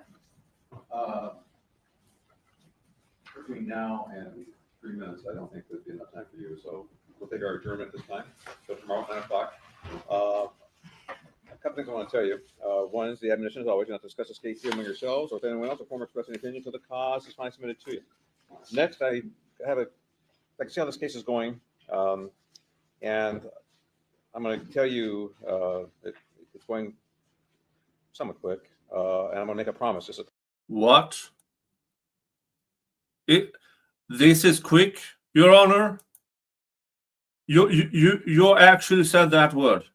You think this trial is going quick? Holy crap! Promise from me to you. I promise you, this case will be over no later than Christmas. Have a good night. See you tomorrow at 9 o'clock. Okay, yeah, that was funny. That was funny. All right, that was day 3. Let's see, will it happen? Anything else happen? Nope. That was day 3. That was day 3. Yeah, apparently this is a fast-moving trial, according to the judge. I can't say I agree. Can't say I agree. Now, day 4, which is ongoing, I will cover tomorrow. Why do I do that? Because I don't agree with the judge that this is a fast-moving trial. It's going so damn slow. So damn slow. So, either tomorrow, if I'm up to it, I will do day 4. Or I will wait until Monday. I don't know yet. But later today is my 2024 in retrospect. Yeah, it's so long overdue. It is so long overdue. Most people have already seen all the people's highlights and everything, but I'm not everybody. Stuff really happened late last year. Took a while for me to pull myself together. So yeah, about, let's see here, 4:30 p.m. Eastern Time, I will start my 2024 in retrospect. We will go through January to December. I will give you some numbers on how my channel did this last year, the trials I covered, because I did cover more trials than the YSL trial.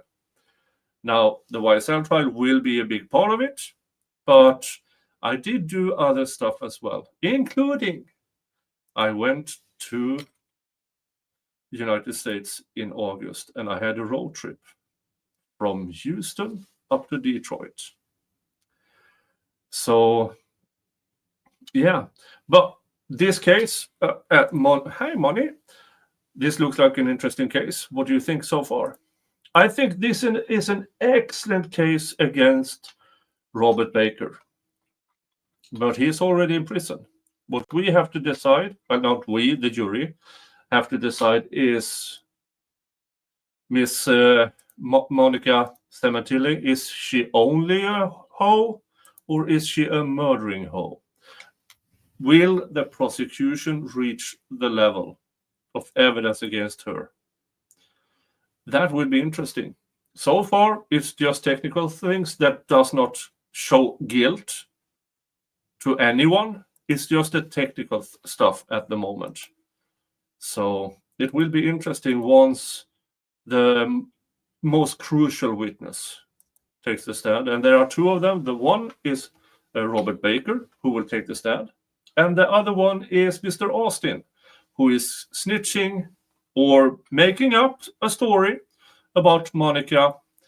And for that, he gets to go home, even though he participated in a murder of Fabio Sementilli. After this trial, Mr. Austin is going home. That's a hell of a deal. But folks, thank you for being here. Thank you for hitting the thumbs up. Thank you for your support. Thank you for subscribing if you haven't yet. And I will see you back here at 4:30 p.m. for the 2024 retrospect. Okay? And remember, hug your family. Unless your family is crap, then screw them and give your love to the people who deserve it. Okay? See you in a bit. Bye-bye.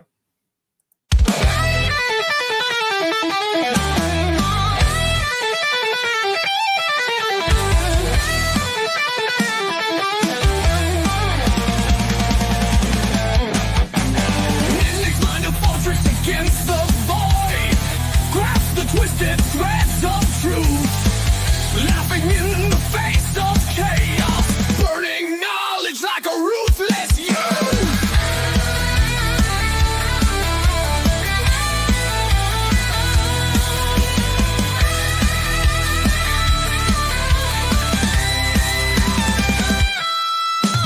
Complex thoughts dance in the fire, cynics grin with a wisecrack dire, fighting shadows with sharpened wits, baring teeth in a world unfit. Wrath the one with biting charm, heart and brain a lethal arm, stand unshaken, minds collide, laughing with the storm inside. We're the one with biting charm, heart and brain a lethal arm, stand unshaken, minds collide, laughing with the storm inside.